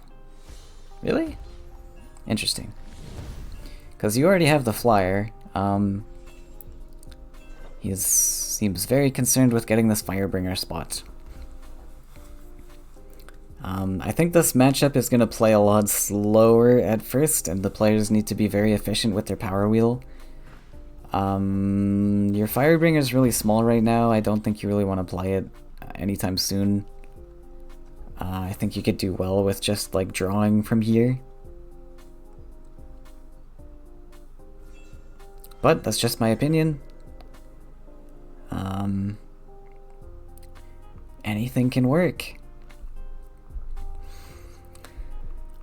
So now we have a Horse Master. I wonder if he's trying to think about a Tempo Firebringer. I don't think Tempo Firebringer is very good. But it's an option potentially.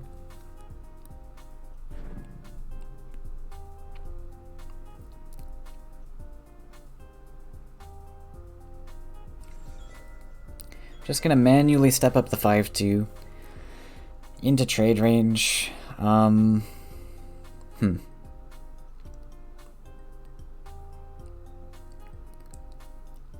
So Lizard's got a lot of options here, especially since these things are stepping into trade range.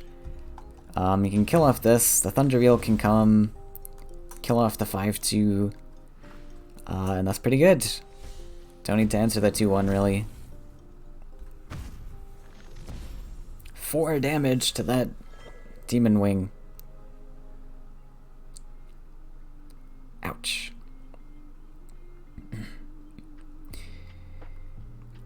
Ooh, we are going for another desert.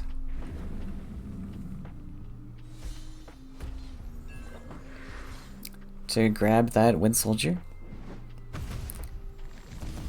Are we... Oh, going for the Hate Seed. I didn't mind the Horse Master there to discount it, get the 2-1 in a more aggressive spot where you can fight potential Demon Wings. I didn't mind the Horse Master there at all. Gets down another angry creature in a useful position. It blocks Collection from this Wind Soldier play.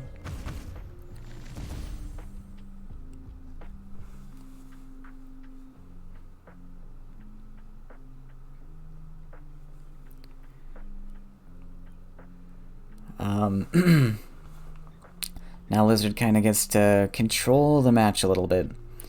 If he does decide to go for Demon Wing on the other side here, though... No, he's not going to do that. But he might be dropping Firebringer. There he is. That is a much bigger Firebringer than Zarok's Firebringer.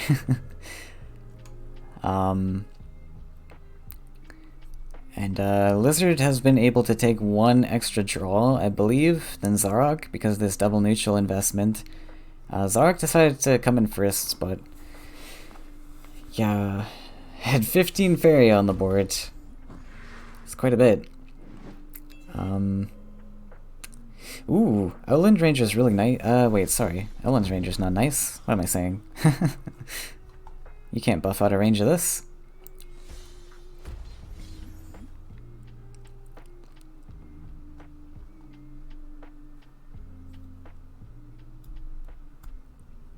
So we got 5, 6, 7, 8, 9, 10, 11. This can't hit in though. So we've just got 8 damage. That's a little awkward. 9 including the campfire. That's a little awkward.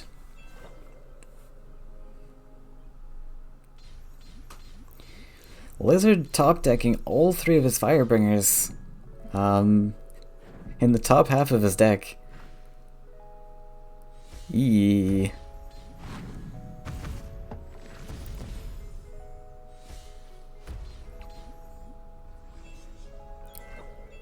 That's gonna be tough for Zarok to come back from. There's a second Firebringer for Zarok, but he needs more angry buffs. A little bit more. So just gonna drop this to fight. Alright.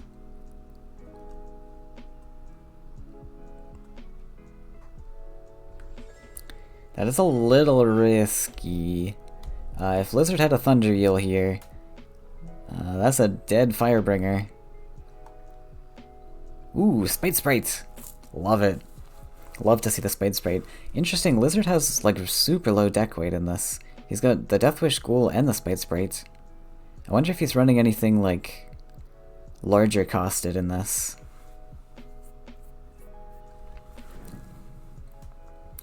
Like Garridan and Azurai. I guess Ariana's an option, where you have like low deck weight and you can repetitively play an angry creature. I don't know.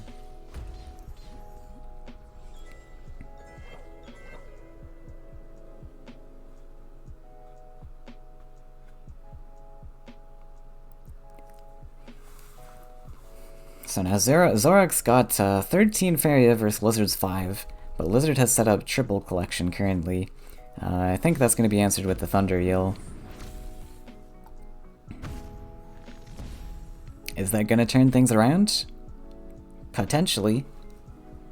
Lizard has nothing currently in hand that can contest right side. However, this eel stepping onto the ocean tile is very scary when you know that your opponent has eels as well. Because eel just one-shots another eel. Unless you build lands underneath it. Which I don't know if you want to do that. But it could be an option. Slapping down the 13, 11.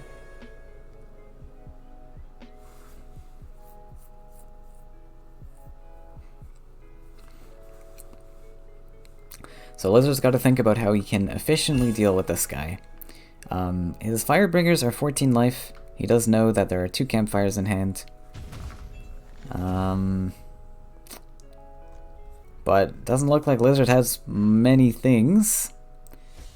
Although double hate seed works quite well. 4 and 4 lining up with the 8. I wonder if we're gonna see lands. Yes! Zarak with the heads up play, building the land underneath his Thunder Eel to protect from the enemy Thunder Eel. Gonna open up a spot for the Outland Ranger to come in so that he can campfire, clear off that hate seed. Oh. Oh, gonna do it this way. Okay.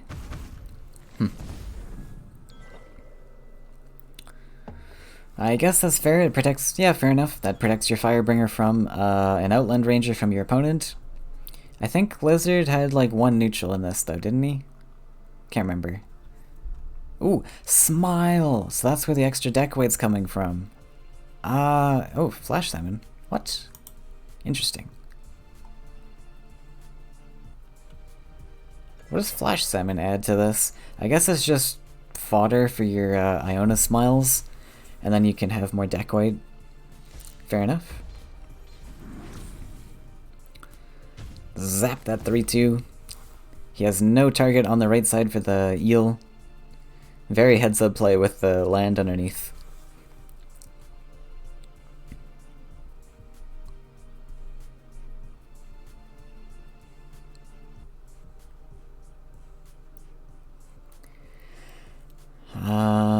He's debating the Fnatic. Set the Fnatic up as a collector. It's an option. Oh yeah, Fnatic's great though. You can even block collection that way. I love the Fnatic. Just Fnatic right side. I think he's debating maybe if there's a Horse Master. He's a little cautious about that. And that is fair. Might actually put the Fnatic defensively. Fair enough. Yeah, I like that. Really protecting his face from that Horse Master, because once you get hit for 13 in the face, you could get a Demon Wing, like, Horse Master to face at some point. There's a few things that could happen. Axe Grinder's really nice here. There's an option for this Thunder Eel to start marching up.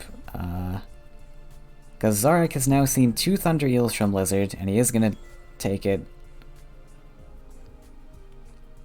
He's seen 2 Thunder Eels now, so unlikely that Lizard's going to draw into the 3rd one that quickly, although there is Iona Smile, so it could come, it could happen. Axe Grinder's going to be cleaned up with the Flash Salmon. We're going to get a full board clear on left side. And we're going to smack down an aggressive Firebringer.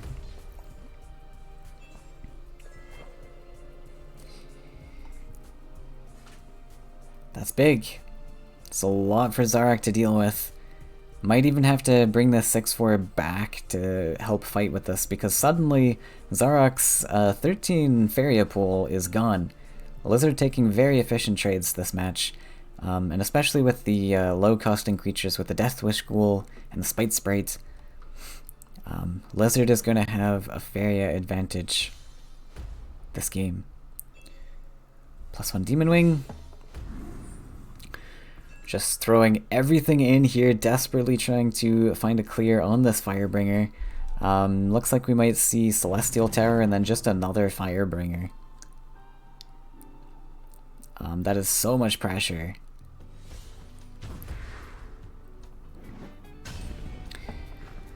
Because now, not only does Zarak have to deal with this 1 Firebringer, but 2, and, yeah, doesn't really matter what life you're on. So I think this is just, surrender.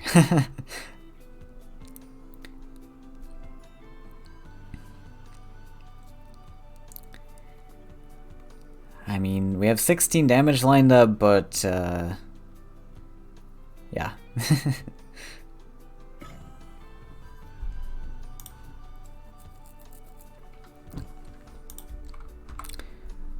Moving on.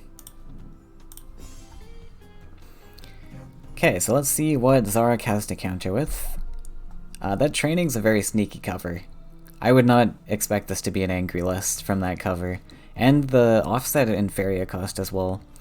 So Zarek's going to use blue to counter. Feeling safe with those Frogifies to deal with Firebringers. But I think Blizzard's is a little more compactly built than Bamster's list was, which is gonna put a little bit more intensity on this blue list from Zarok.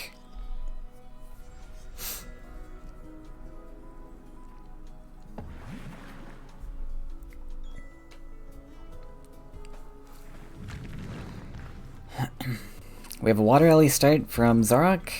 That's pretty nice. I would love to see the double neutral opener. Yes.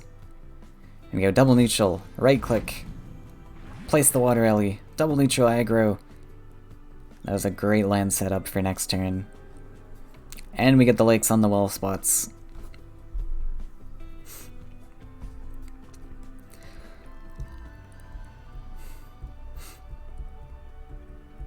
And I think Zarok kind of is pressured to go tempo in this matchup. You do have the Frogify backups to deal with Firebringers, but if you let Super Blizzard sit around and do what he wants, your Frogifies aren't going to be enough. You also have to deal with all this Swarm. Ooh.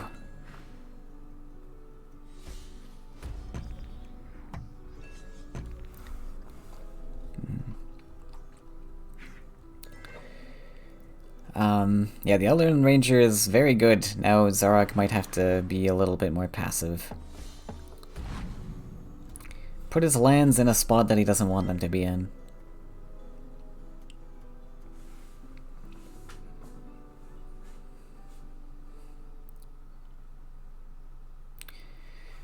Garridan could be pretty big later this matchup as well.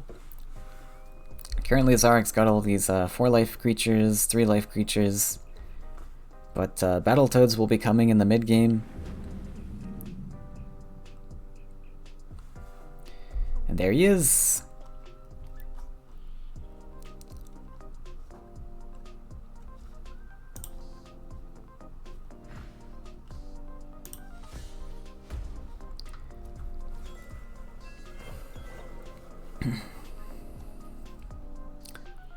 Dropping the Death Wish Ghoul in trade range.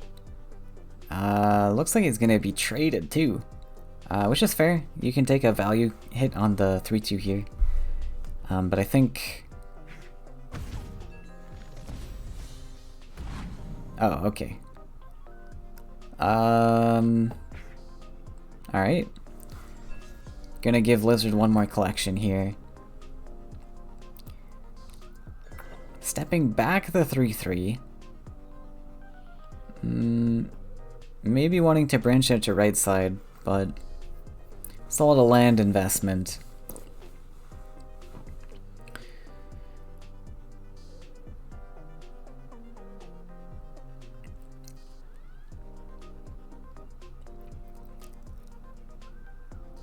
So are we gonna see this Outland Ranger hit in? There's a few things, there's a few options that Lizard has here.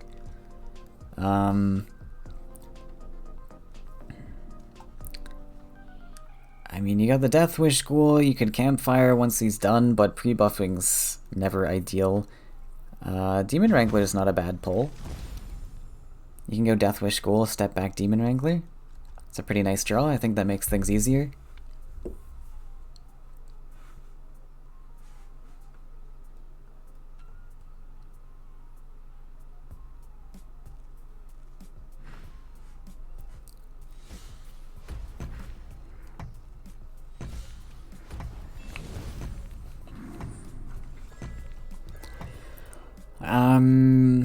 And now we have Ninja Toad. I don't mind the Ninja Toad too much. Another thing we can do is just simply set up Battletoads, but Ninja Toad allows the 4/4 to step up aggressive, and then we can drop the Battletoads anyways.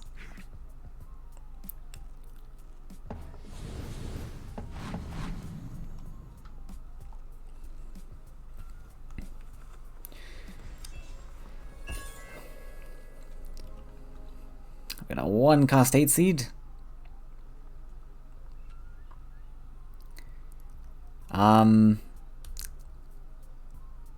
Gary might be coming down here.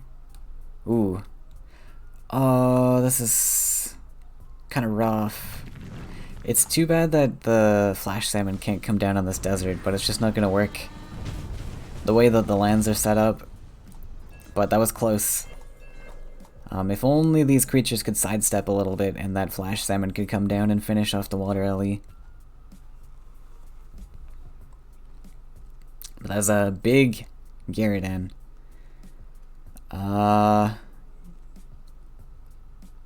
This is tough. This is pretty tough. Maybe you reset, block the collection. Yeah. So I wonder if. Okay. I think Zarek was keeping track of the campfire. That's good.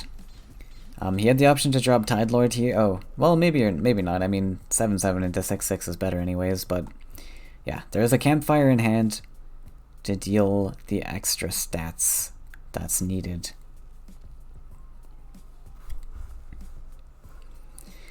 Now we're gonna see Flash Salmon as well, I think. It's gonna be camp. Yeah, I think we just see probably Flash Salmon.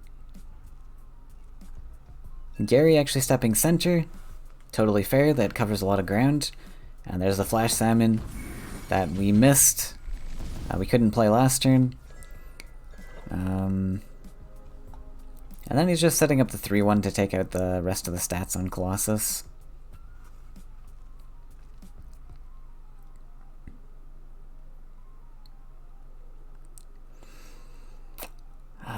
It's pretty tough. It's debating going for the Gyarados.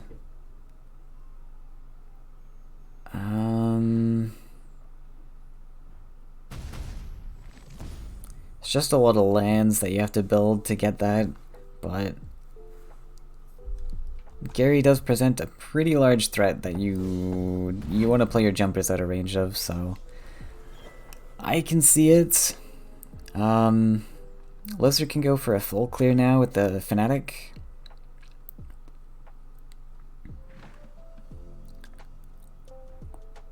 Which may be happening. And he's got the campfire to save this guy's life, so that's pretty brutal.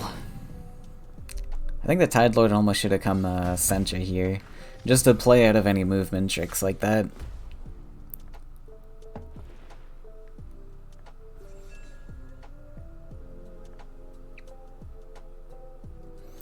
And now Zarek's got a Mystic Beast which wants to go on the wells. Lizard is defending those well. And Tide Lord that's not going to have any buffs attached to it. So we're just going to go for Water Ellie. Maybe set up the Mystic Beast on this side instead. I think Lizard might drop this Firebringer aggro. Definitely going to trade off this Water Ellie, and then Firebringer aggro seems to line up pretty nice. Gonna drop it smack next to face. Nice. And I think that's gonna be game.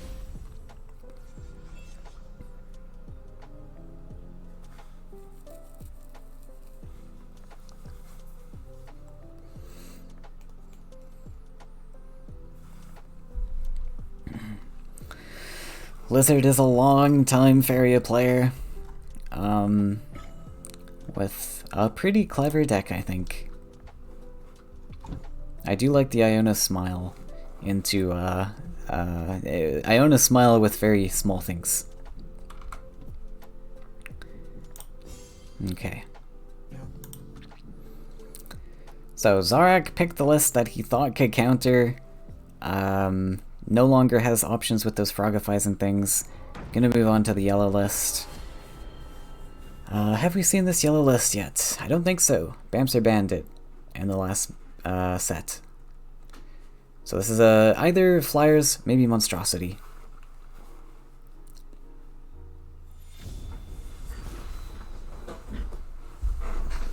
And it looks like it's Monstrosity with the Mistral Guide here. probably has the best chance with Monstrosity. Mistral Guide in the opening hand's excellent. I think Zarak's got a really great opening hand here, actually. Now, the way that Zarak's going to need to play this is slow. You don't want to invest your Wind Soldiers to take pointless trades on these swarm creatures that Lizard can just replace with his endless amount of creatures from his deck. His game plan here is going to be the OTK with Monstrosity. And that means you also want to save these Wind Soldiers for cleaning up Lizard's defensive spaces. Because Lizard's going to need to eventually turtle down and hide all of his creatures here. However, we do need to draw the Monstrosity in order for any of this to work. And shooting an aggressive demon, Shaitan Demon this turn is pretty fine.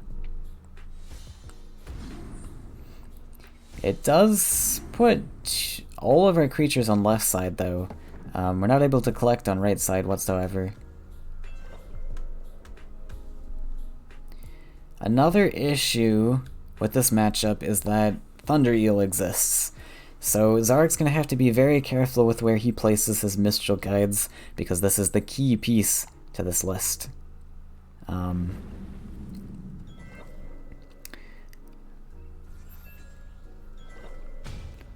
Just going to pass, say, hey, you can hit me to face, I'm going to leave you an opening. And honestly, I mean, I think you could go for it. We can see Lizard's hand here, so it's a little bit different from our perspective. There is one argument to taking the value trade, but I think that... oh. Okay. We are just going to take a double clear with Wind Soldier plus Soul Drain. I do like the Soul Drain clear on the left, that's for sure. I think the Wind Soldier there was honestly pretty good too, because now we've got a tempo Shaitan Demon. Lizard's answer that he wanted to have was that 3-1 plus the Flash Salmon. Now he's going to have to make do with Wind Soldier plus Flash Salmon.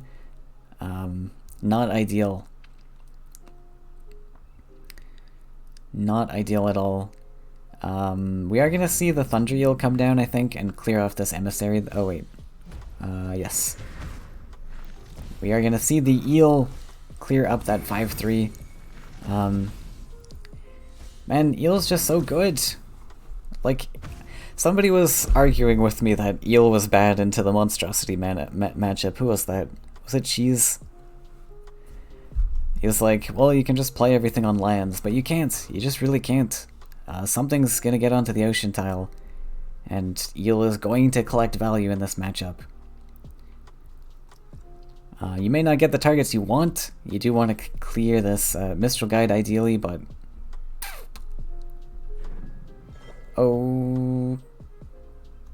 okay.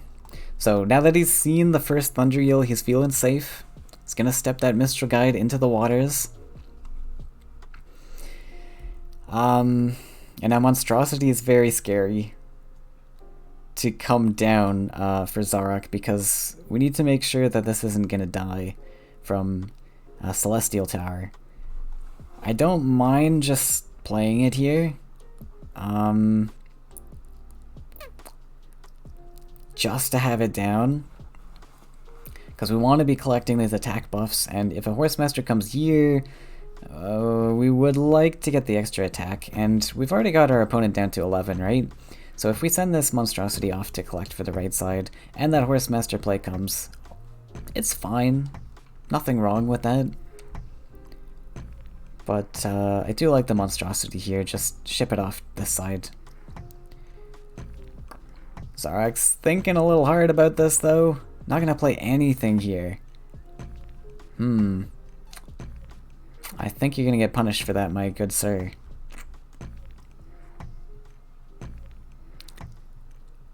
We see the Fanatic in hand. Ooh. Oh no, he's lost connection. Yeah. That does happen as well.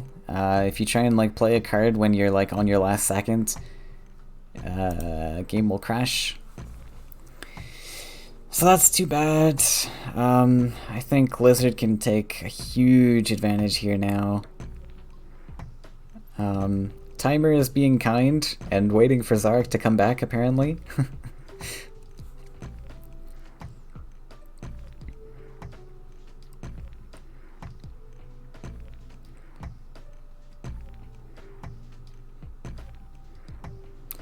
But yeah, that monstrosity would have been fine. Just to have it on board, and then if this comes, clears, your monstrosity gets the stats. Oh, but he top decked the eel. I mean, that's an even better answer. Yikes. Just take your pick, Lizard. Actually gonna go for the Fanatic, though. Oh no, he's gonna go for the eel. He's just getting the collection. Fair enough. And I think that's gonna be GG because now Lizard's up in his face. Monstrosity is not able to get flying anymore. That's rough.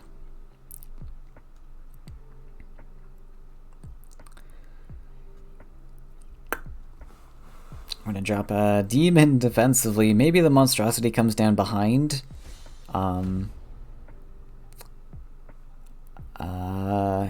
I mean, I don't hate it. We do see that there's a Fanatic in hand, so it's gonna be awful, but when you're behind this far, you kind of have to make risky plays like this. Lizard does have the answer, but we kind of just have to go for it.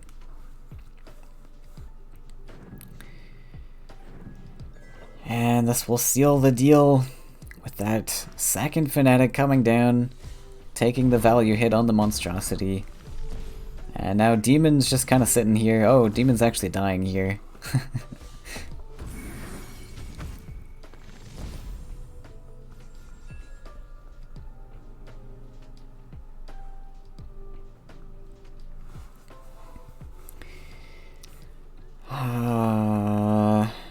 Yeah, I don't think you got much anymore.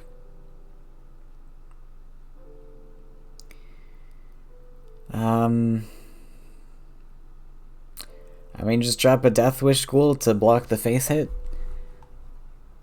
But he might be throwing in the towel here. He says, well played, we're gonna move on.